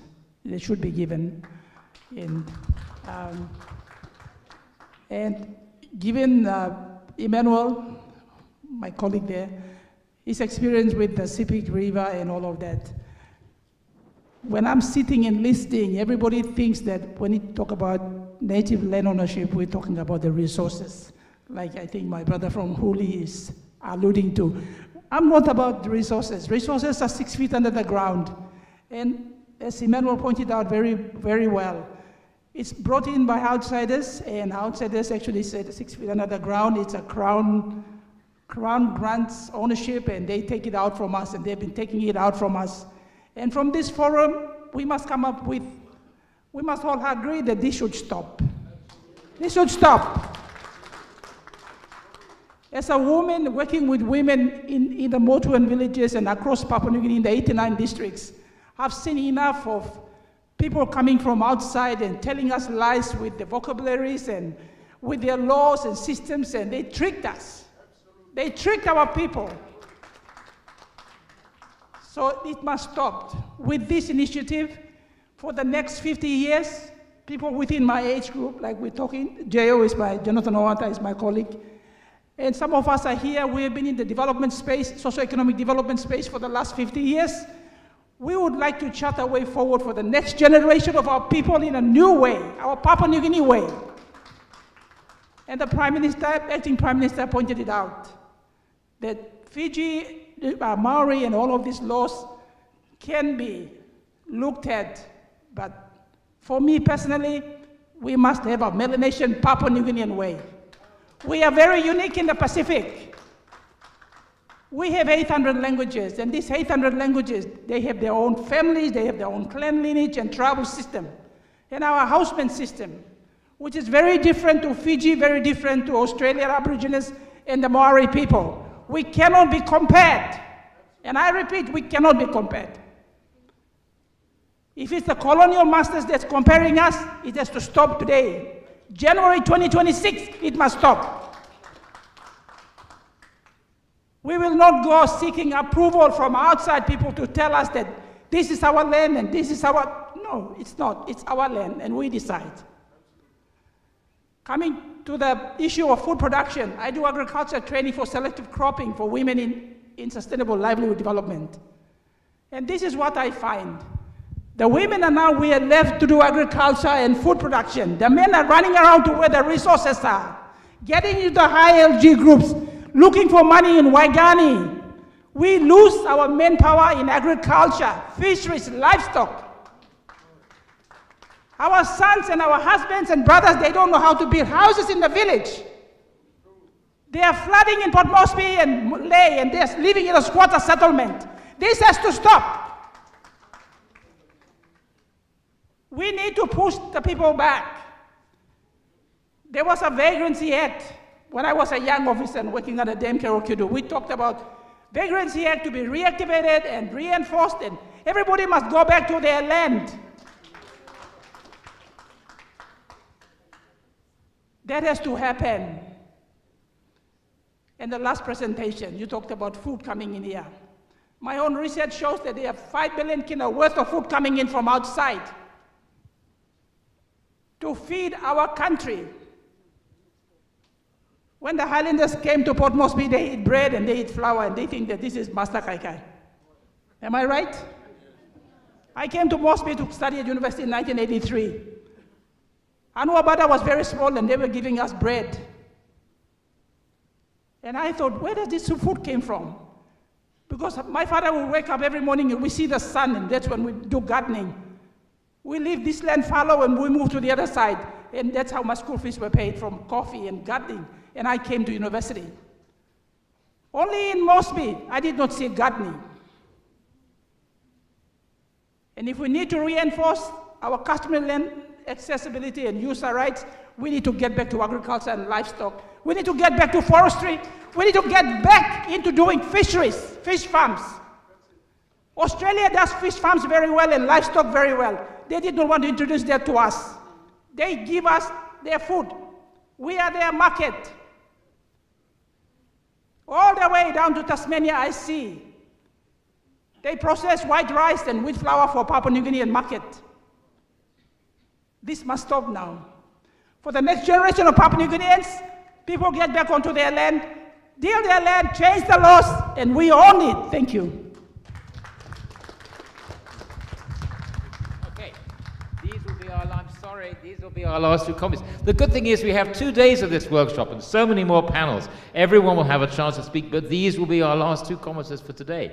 This lady and this gentleman. Thank you. Afternoon, everyone. My name is Zagi Doko. I work in the real estate industry in NCD. I've been in the industry for 30 years, so I've seen what's been happening with traditional land. The growth of squatters' settlements have outgrown our suburbs, and it's all due to poor planning. This is my opinion and my thoughts. We must register our, not voluntary. Government must make law to register traditional land. Because there's been a lot of abuse. Talking about capitalization, but how do we protect environments like the SIPIC? We've got to get the best of our traditional laws, customs, and how do we integrate that? So government needs to work with our people. Government, and I'm not talking about good member Keith, I'm talking about the public servants in the department. Go down to the people. You've got land administrators there. There's existing laws there. Go down to the people and use technology as well, with what your minister is doing. Use technology to identify land and register all the land. Identify who the true landowners are. We've got drones and technology that can identify land, earmark all the land. We are losing fathers who know the land boundaries. So we must protect that, the land boundaries and that history. The new generation, people like myself, don't even know these land boundaries. We're losing our customs in that. So I think it's very important. I know a lot of you people don't agree to it, but we have to register our land, our traditional land, and try and look forward to going forward to development. How to progress using the best of our traditions and with the laws, and come up with land laws that just also protect traditional landowners, as well as bringing development so we can participate. The other thing also I notice is, when we have development, we are marginalized. Water and sanitation are the biggest problems. How do we integrate development into our villages? When you go to Hanobada, they're just all in that little space of theirs. They haven't progressed, and there's so much development in this city.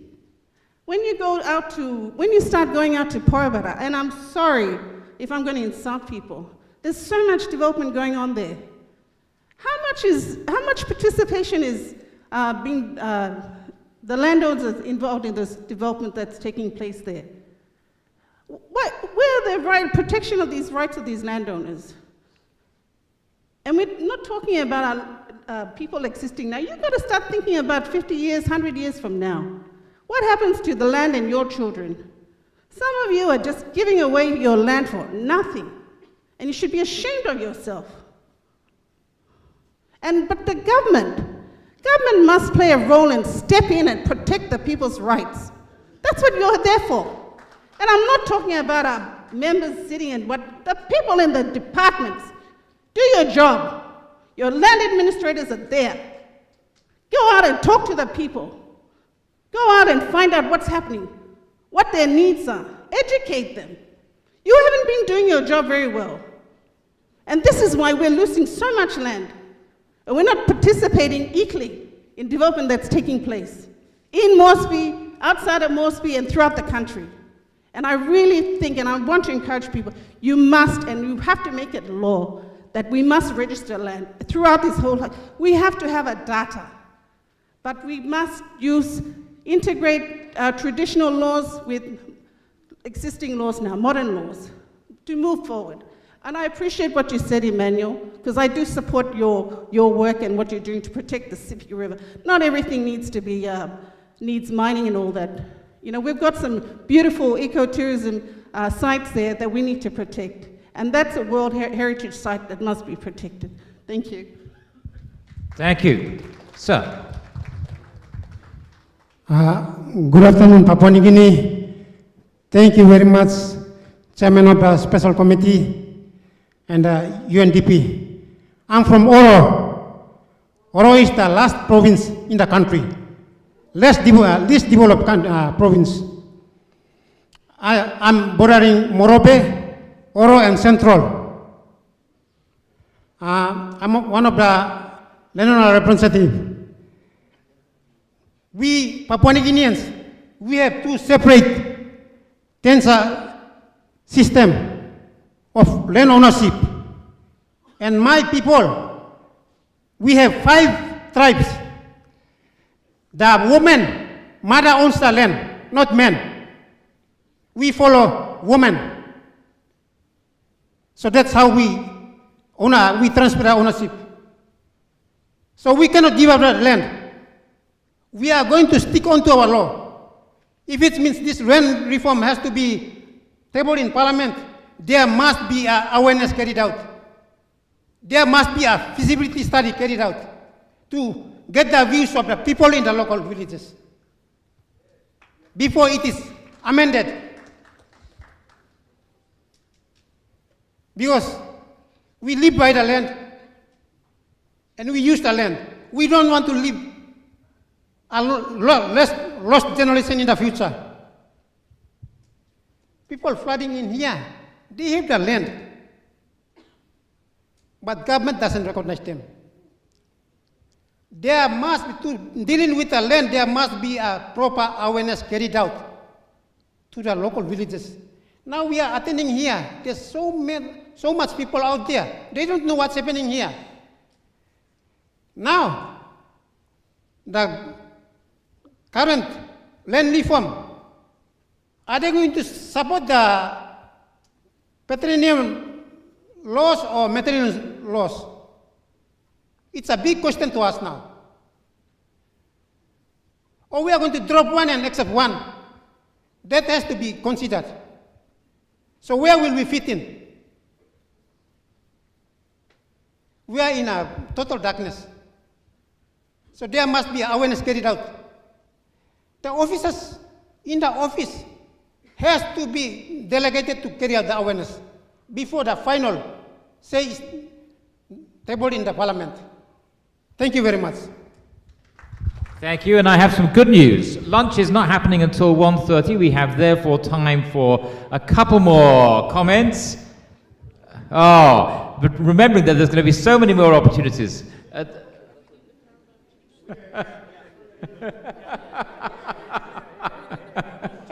Okay, Paramount Chief of Port Moresby, then, okay. I can't resist that offer. Thank you. My name is Yabagate. I'm the chairman of the Badiri Wama clan in Kirekira, Koitabu, and Motukoita. We own half of Port Moresby, and we don't even get anything out of it. My people suffered for a long time. I must thank the Honorable Kid and the UN for taking this opportunity for taking this seminar on. And I also acknowledge my member for West, Honorable Lohiba Samuel, and also my chairman, Motukoita Russell Wabuk, and my own clansman, Deputy Chairman, Pastor David Harrison is somewhere here.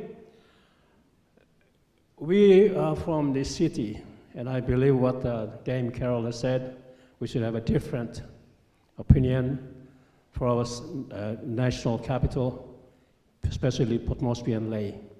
And I commend my brother from Morobe, Martin. We have a same situation. Government has a deaf ear from us. Government doesn't know us, we exist. In fact, Badiriwama own 90% of schools in NCDC, and we have nothing. Our children are denied in education. 90% in Port Moresby, you own the school. You name it. Port Moresby General Hospital, we own it. The main suburb in Boroko, we own it. We don't get anything out of it. I've been speaking in every forum, in seminars in the city. Government has a deaf ear. And I believe in what my brother said from Morobe. When are you going to hear us from national capital, Motukoita? Look at our place. UN has never given any aid post, any education thing from Motukoita and Port Moresby. Yet you bypass and go to other provinces. We don't even get any direct grant from Papua New Guinea government. Nothing until Motukoita came. For the last 50 years we were given nothing. And you use our land. City came to us, we didn't go to the city. Same as my brother here, city came to Morobe. What do we get out of it? We've been used, marginalized. Look at the SV Games. 1969 we had our games. 2015 games, we were given the right and promised that they'll give us a land back after they get a title from SV Games. We never given the land back.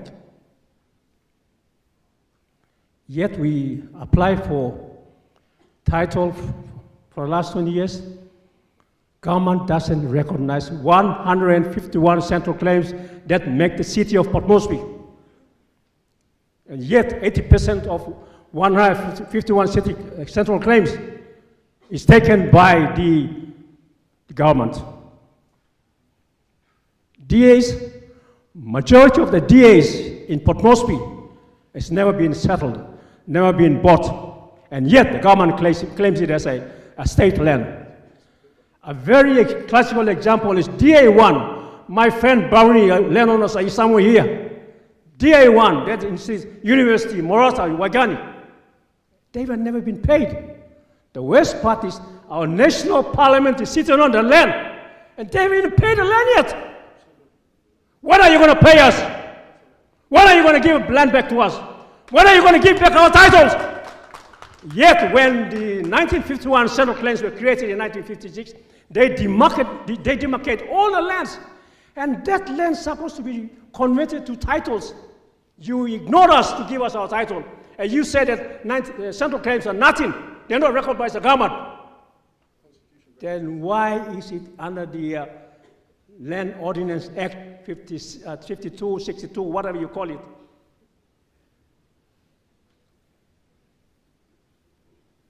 This is sad for our Motukoita, especially.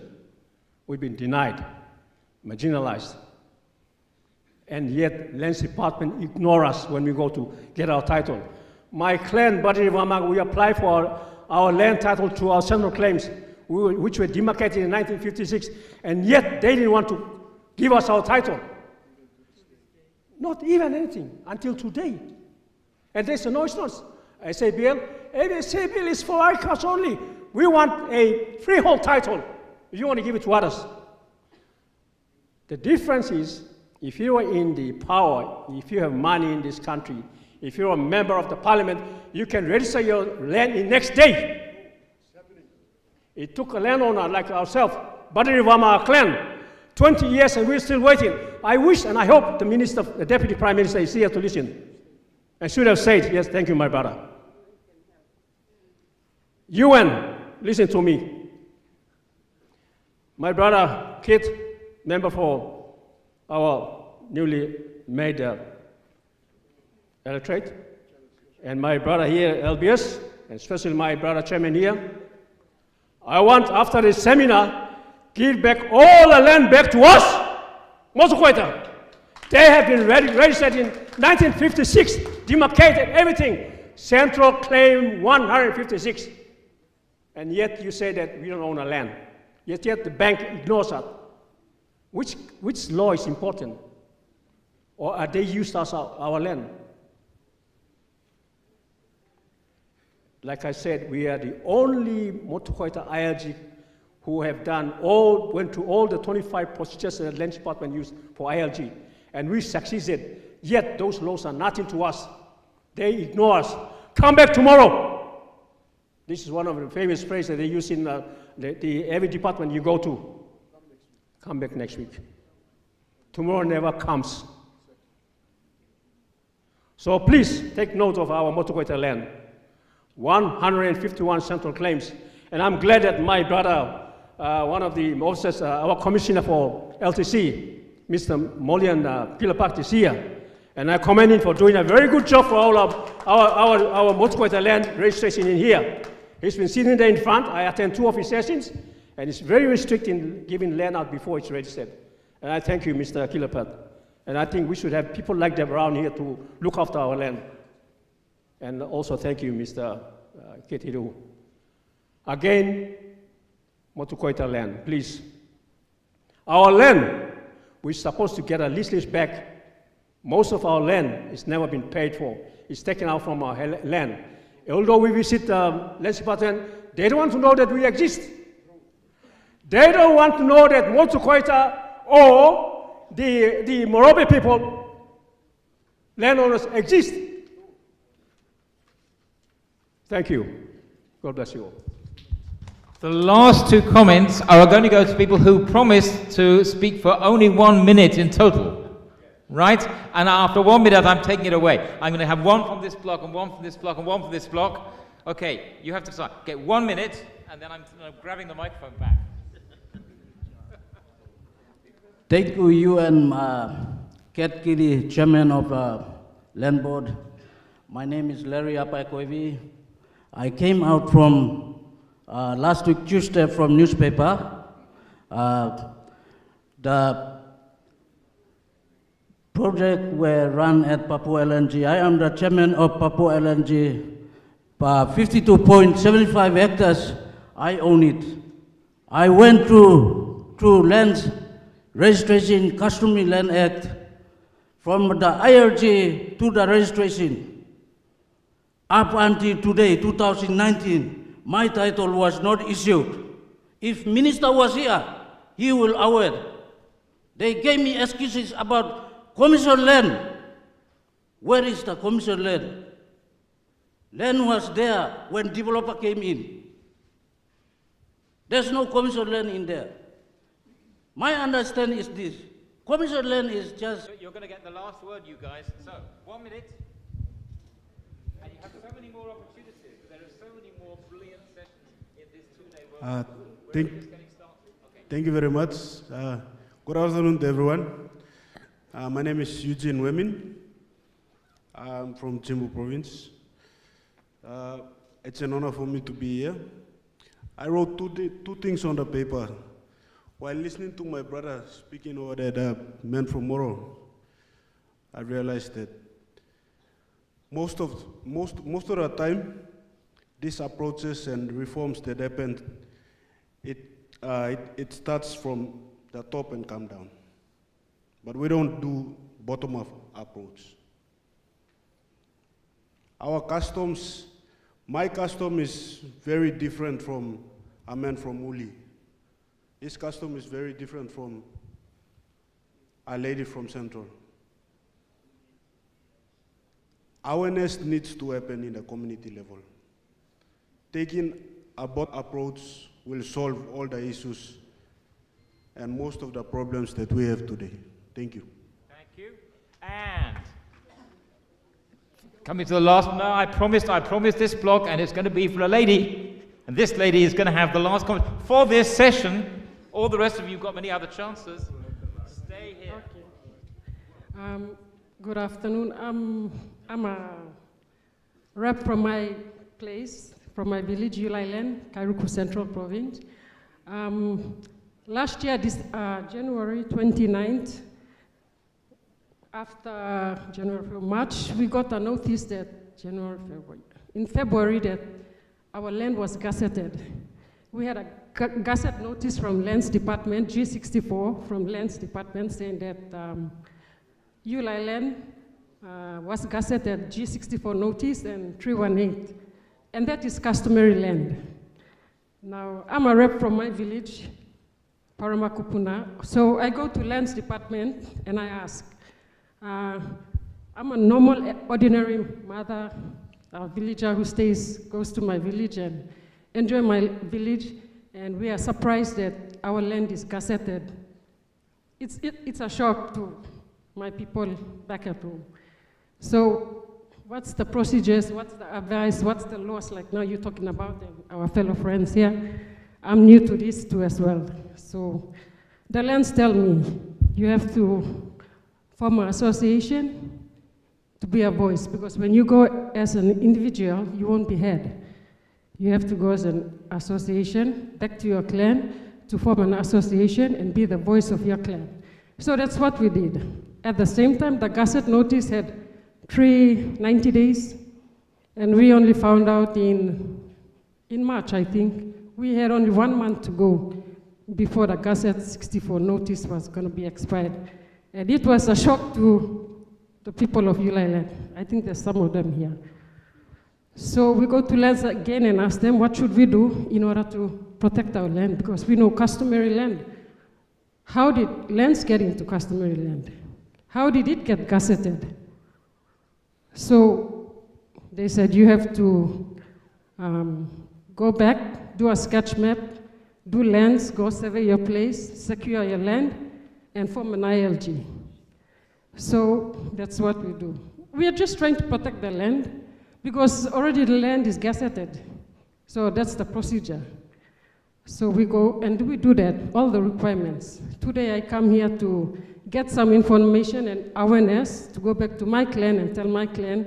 And now I'm hearing all this. The minister himself said that ILG is not optional. So what do I do next? Because I'm in the process of ILG. I'm only here to get message back to my people and tell them what we should do and what is right and what is correct. And now I don't know what to do now.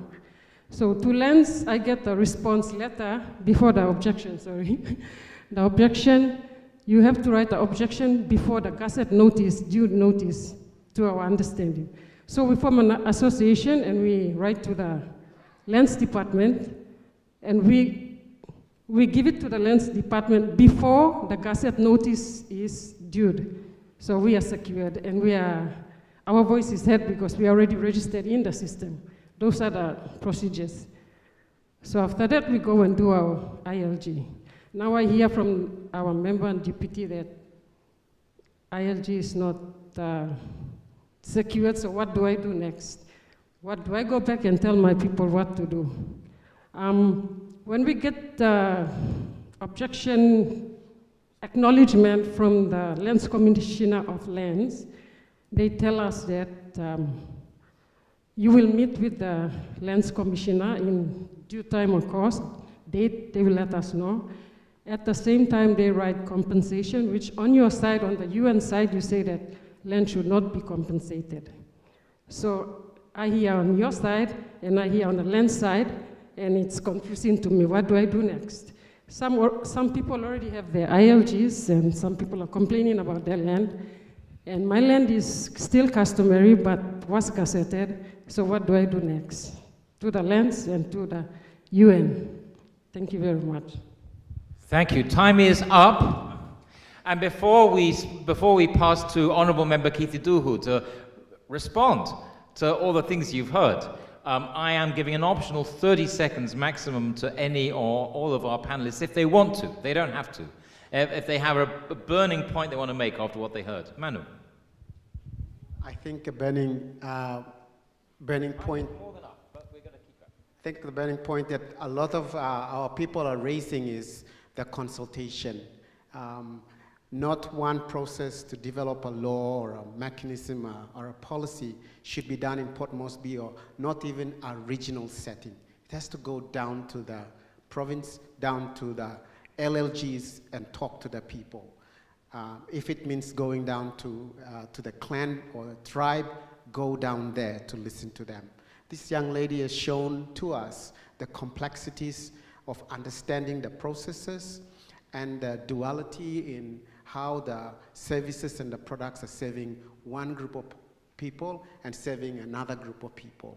It's amazing to hear also that she's in the village, she knows she's on a land, she's centered in her land, she's secure, and yet it was sold away or entailed to someone to come and do business. These are the dangers of registering land. These are the dangers of legislating on customary land. I also want to, while I'm saying this, we are not opposed to development. The government wants development. We also want to see our lives change. Fact. However, the government's role and responsibility is to ensure safeguards on land, resources, and its people, and always stand on Melanesian ways, Melanesian values and principles when it tries to legislate, when it designs, when it thinks about conceptualization. The government should not be standing on what is the investor saying, what is the investor want. That should not be in the equation when legislations are developed. Thank you. Thank you very much. I really want to just go back to 2 points we discussed in the past, because Emmanuel mentioned, that you don't want government to legislate customary land, and remind everyone that the guidance from the declaration is that the government has an obligation to recognize land, so that this is a real point for reflection, right? And then when sorry to make this even more complicated for you by talking about compensation and restitution. All guidance from the human rights mechanisms, both for indigenous people's lands and other people's land and property and housing, is always promoting restitution as the preferred option for these reasons that I mentioned. Now, it doesn't exclude compensation, and I'm not going to talk about the specific processes in Papua New Guinea to a detailed extent, but the reason behind it is that the guidance to states is that we want to avoid having to go to compensation, which means that someone has been relocated, right? We want people to stay on or to be able to move back to their lands. And there's been a lot of talk about decolonialization. And I do think that the spirit of the UN Declaration on the Rights of Indigenous Peoples, and very much the spirit of human rights law overall, is exactly this. It's decolonial, so it's an instrument that you can use for that, and the process, talking about how things are imposed from the outside and who's been consulted and agreed to this, at least for the sake of the declaration, is that's a declaration that's been created on demand by indigenous peoples, and obviously not everyone has been able to input, but it's certainly been driven by long consultative processes, both for UNDRIP and for the Declaration on the Rights of Peasants. And I'll stop there. Thank you. I guess we heard loud and clear that consultation is very, very important, and it also has to consider the bottom-up approach as well. I'm not going to touch on that, but I think what I wanted to mention, apart from consultation with stakeholders, I think within the government itself, this is a country that holds a lot of policies and strategies. Okay? And sometimes all of these policies and strategies are linking. However, when we are working on one policies or strategies or law, we forgot what has already been out there. So it's also a due diligence for the government to really looking at the alignment of the laws and legislations you are currently working on, particularly in the areas for which it's very cross-cutting, like land tenure. Consultation first. First of all, I think, yes, you did qualify that regional consultations would not do it, but in the limitation of resources and the support of the United Nations, which is the only entity really supporting this committee, Special Parliamentary Committee established with some very broad but also specific terms of reference to gather the thoughts of the people and various stakeholders who relate to land throughout the country. And yes, Port Moresby consultation does not tick the box. So every parliamentary committee actually does get funding, except for your very important customary land and land reform. So that's not my place to comment, but I'm grateful for the support given by the United Nations and every other entity, parliamentary services also, and its very limited resources to allow the work of the committee to go thus far. I think we've achieved quite a feat in such a short space of time, and that is consultation. Consultation also, I think we should understand, is that we are living in a constitutional democracy. Our civilization in our country as we know today is conformed, it must conform to the rules of engagement and the parameters set by the Constitution. Every law in this country sprouts from that Constitution, and Section 9 and 10 sets out the hierarchy of laws. Now, and the preamble of the Constitution sets out in very broad terms, amongst other things, the exploitation of natural resources and liberation of the indigenous peoples of Papua New Guinea, as we now know today. Yes, it is a civilization that has been, or peoples that have been, existing over 50,000 years, and the Cook, discoveries in Manhagan clearly sets Papua New Guinea apart as a people, and people with organized structure. Then then come our colonial masters with their laws and with their jurisprudence, their anthropology, their thinking. So the laws that we adopted in independence, or when the Constitution was introduced, we adopted every piece of subordinate legislation that existed at the time with their spelling errors.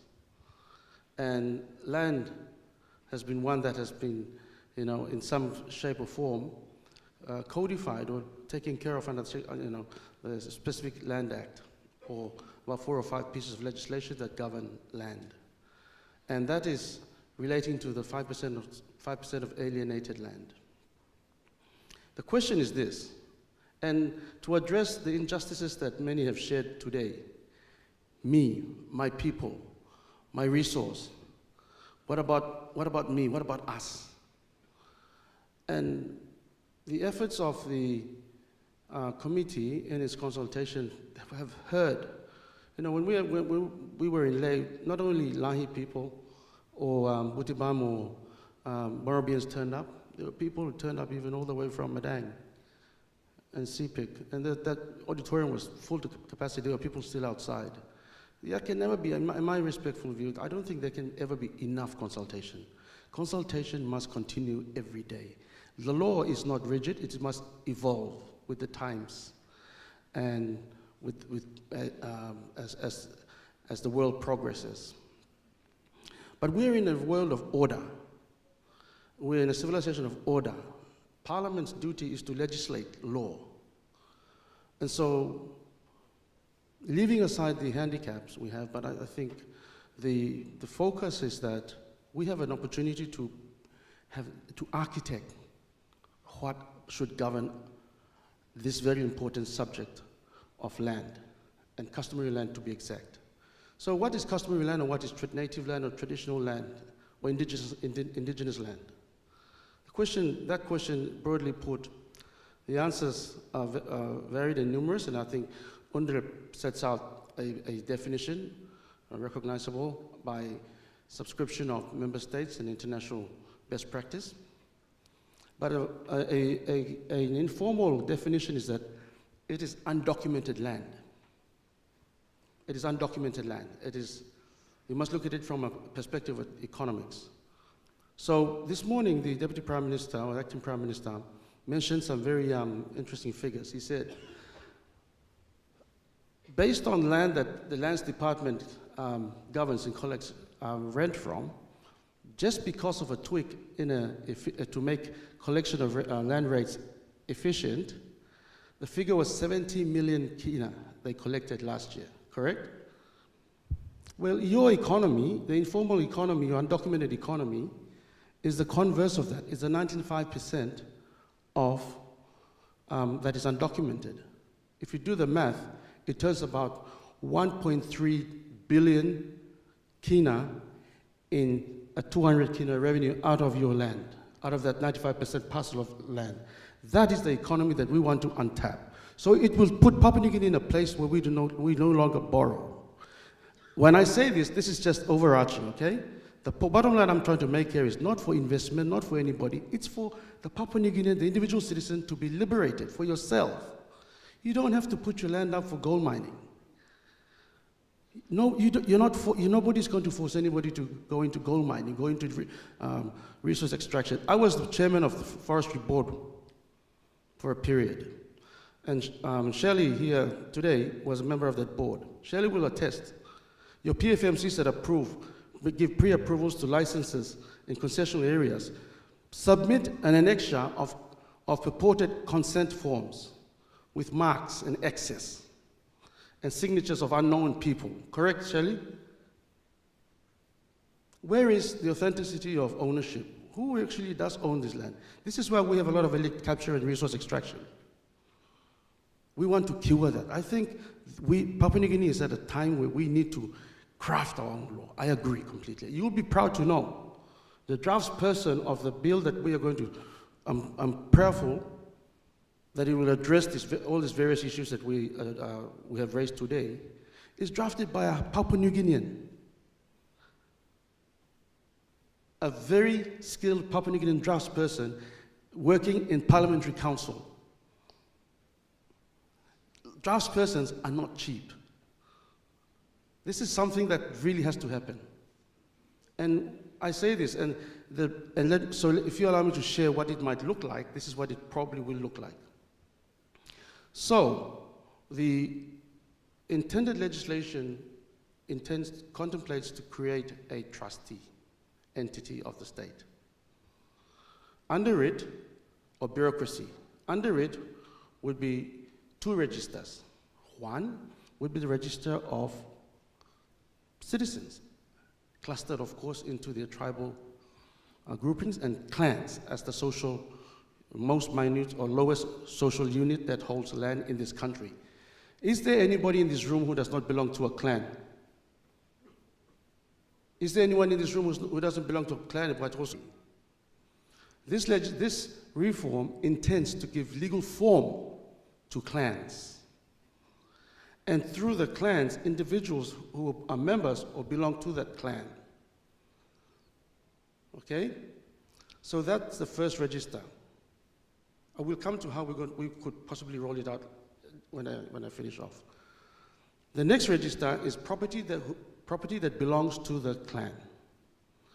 Obviously, this new office will obviously have otherwise have a registration system that is analogous, if not parallel, to the Torrance system of registration, catalogued, and given unique folio and Customary land volume numbers. It will then create definition to the land. But this primary interest is perpetual. It is not bankable. It will belong to the clan perpetually. The clan takes a sovereign personality. It's another legal myth that we will create by legislation. So the clan, forever and ever, in the sake of time, owns the land. You can never be disassociated generationally. Even 50 years from today, anyone bearing the name of Iduhu in my bloodline, following my patrilineal lineage, will always associate to the land that I associate to today. So there is absolutely no possibility of land belonging to a third party as we are today finding. What it does do is creates that security for the clan. That's one. Number two, then Keith, how do we address the question of securitization and bankability? Well, securitization and bankability will be addressed through an instrument, a subordinate instrument, of course under the supervision of the trustee, set out through legal mechanisms to addressing free, prior, and informed consent, administered by the trustee entity. So this instrument of lease for a number of years, for instance, 50 years for agriculture or 50 years for housing or whatever it is what will represent the land, the asset. The representation of that is the lease interest or the deed, which will then be bankable. You see, the mystery of capital is then cured. Someone said, how is it that development and capitalism works in the West and never in developing states or former Soviet states? Well, it's because we are all egalitarian, like Emmanuel, you say, and we have plurality of ownership. This cures the concept of plurality of ownership. So everybody, as a grouping, belongs to a clan, which is now recognized by law. So we are not reinventing the wheel, we are simply giving cognizance or recognition of our peoples through the eyes of the law created by Parliament, which is its fundamental duty to look after the interest and the best interest of her people. The collective representation of members of Parliament, whose duty is to pass good law that will liberate and empower her people. This law intends to achieve that. Next question, what about the people like in Gereka, the people like in Taurama? Well, through this formalization mechanism, and the municipalities, Motukweta Council can consider this, because what we are trying to do is not to do a one-shoe-fit-all for everybody. This is a framework that sets the national platform to be administered in individual provinces, because each province has their unique situation, unique culture, unique languages. Enforced without the citizen losing his or her right of ownership, because it can, the interest of the loan or security would only attract and be limited to that number of years, whatever the life of the lease is. So it's, the lease will always revert to the clan. Imagine if the land user, so somebody flies in, and I have to share this. I know a former colleague of mine came off the plane with a suitcase. 7 years later, he owned, or this person owned a great deal of real estate in Port Moresby, right? In the same space of time, no Papua New Guinea, and I don't know, would achieve such a feat. So the mightier will remain mighty, and only those who are prosperous will remain prosperous. This reform intends to change that imbalance. So the average Papua New Guinean has access to wealth creation, to have access to the greater possibilities of living a fulfilled life through access of just your land. You don't need gold, copper, or gas in your land to be prosperous. The fact that you associate to this real estate, represented by a title deed, through your consent of your clan, should give you access to credit, to do, even the most basic of subsistence farming requires some intervention. Farming is now mechanized. Even fishing, even carbon sink. So in my district, we have 72 kilometers of Kokoda track in Hiri-Koyari. The biggest possible carbon sink on this side of the country sits in Koyari. But how can we monetize that? It's impossible, because there's no legal personality, no legal form. You see, legislation is an absolute necessity for civilization to prosper and to evolve, to mankind to live harmoniously, peacefully, and enjoy the fullness of life. I don't want to sound idealistic, but we need to be pragmatic in our approach. We need to address this and take the bull by the horn. You know, I've seen some very crazy laws brought to the floor of Parliament in my short time there. Crazy. Where was the consultation? Why do we deny ourselves of the opportunity to liberate ourselves, to empower our people?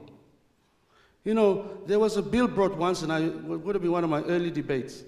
And they were creating an entity and with so much power to draw levies and taxes and so on and so forth. And I said, this sounds like a small real estate company being brought in through given state sanction. This is no such thing.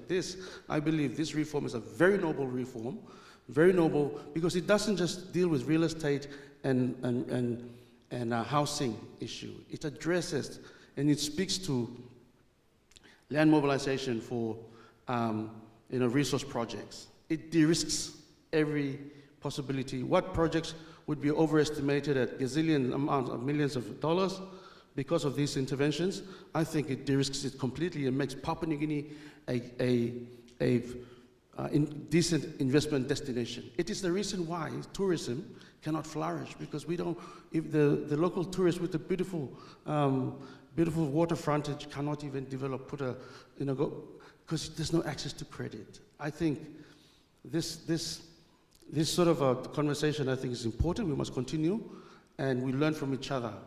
But I want to say, this would be a beautiful piece of legislation, crafted and drafted by a very young Papua New Guinean, from Hela and Goroka, not from Motukoita.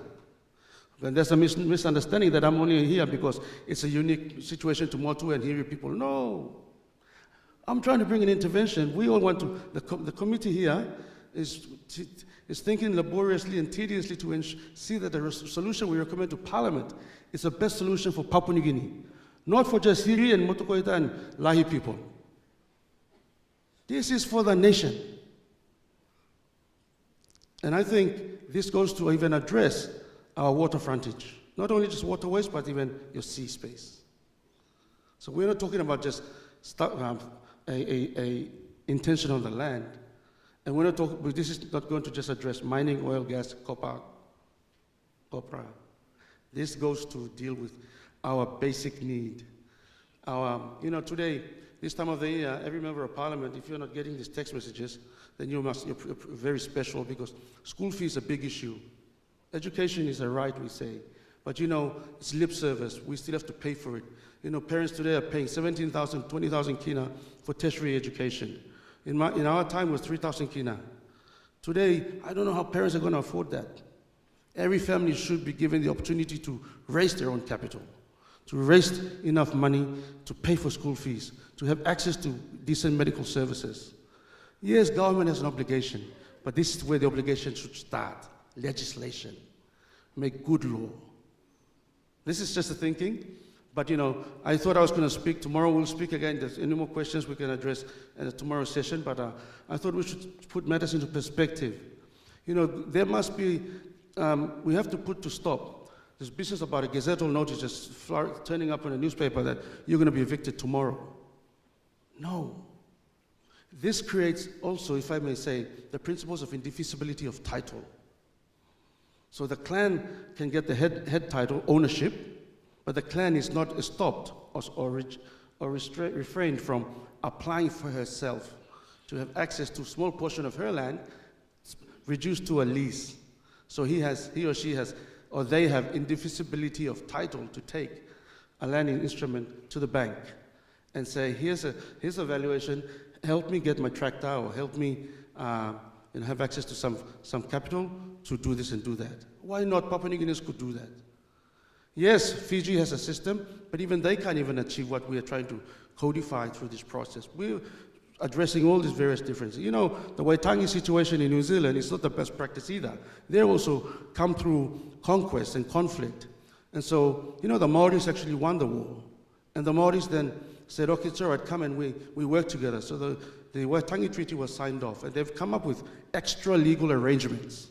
What we are doing today under the current legal system are extra legal transactions, or extra legal titles. These are not legal.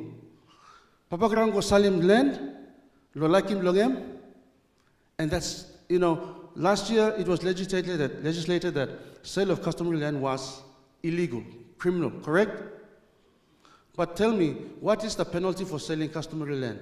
Is it prescribed? Correct. Well, this law intends to do that, to criminalize the sale and purchase of customary land. You cannot sell undocumented land unless it's done through the appropriate way. There cannot be sale, but we can transact, because, you know, to sell is to deprive. And our Constitution speaks for fairness, not one to get richer and the other get poorer. I hope, for now, that is enough to chew on for the evening, and tomorrow, if some more questions arise, we can engage in this discussion tomorrow. Thank you, Nick. Thank you, Honourable Member. So, this was just the first morning. We've had a very exciting morning. To all those of you who were burning to get your questions and comments and you didn't manage it, the good news is you've got all this afternoon, all tomorrow afternoon, all tomorrow morning. So come back, stay the whole 2 days, and give the same energy and passion and great comments and thoughts this afternoon and tomorrow that you did today. For now, Mark, has lunch arrived in the meantime? Lunch is here, and I think you all deserved it. So, Mark, can you tell us, well, when are we going to meet back after lunch? We're not going to meet back. That's it? Oh, so we meet back again tomorrow? Yes, 9 o'clock. Okay. There's no afternoon session, but the good news is we will meet tomorrow morning, and we will continue our discussions tomorrow. So see you all, looking you behind tomorrow morning at 9 o'clock. Thank you. All right.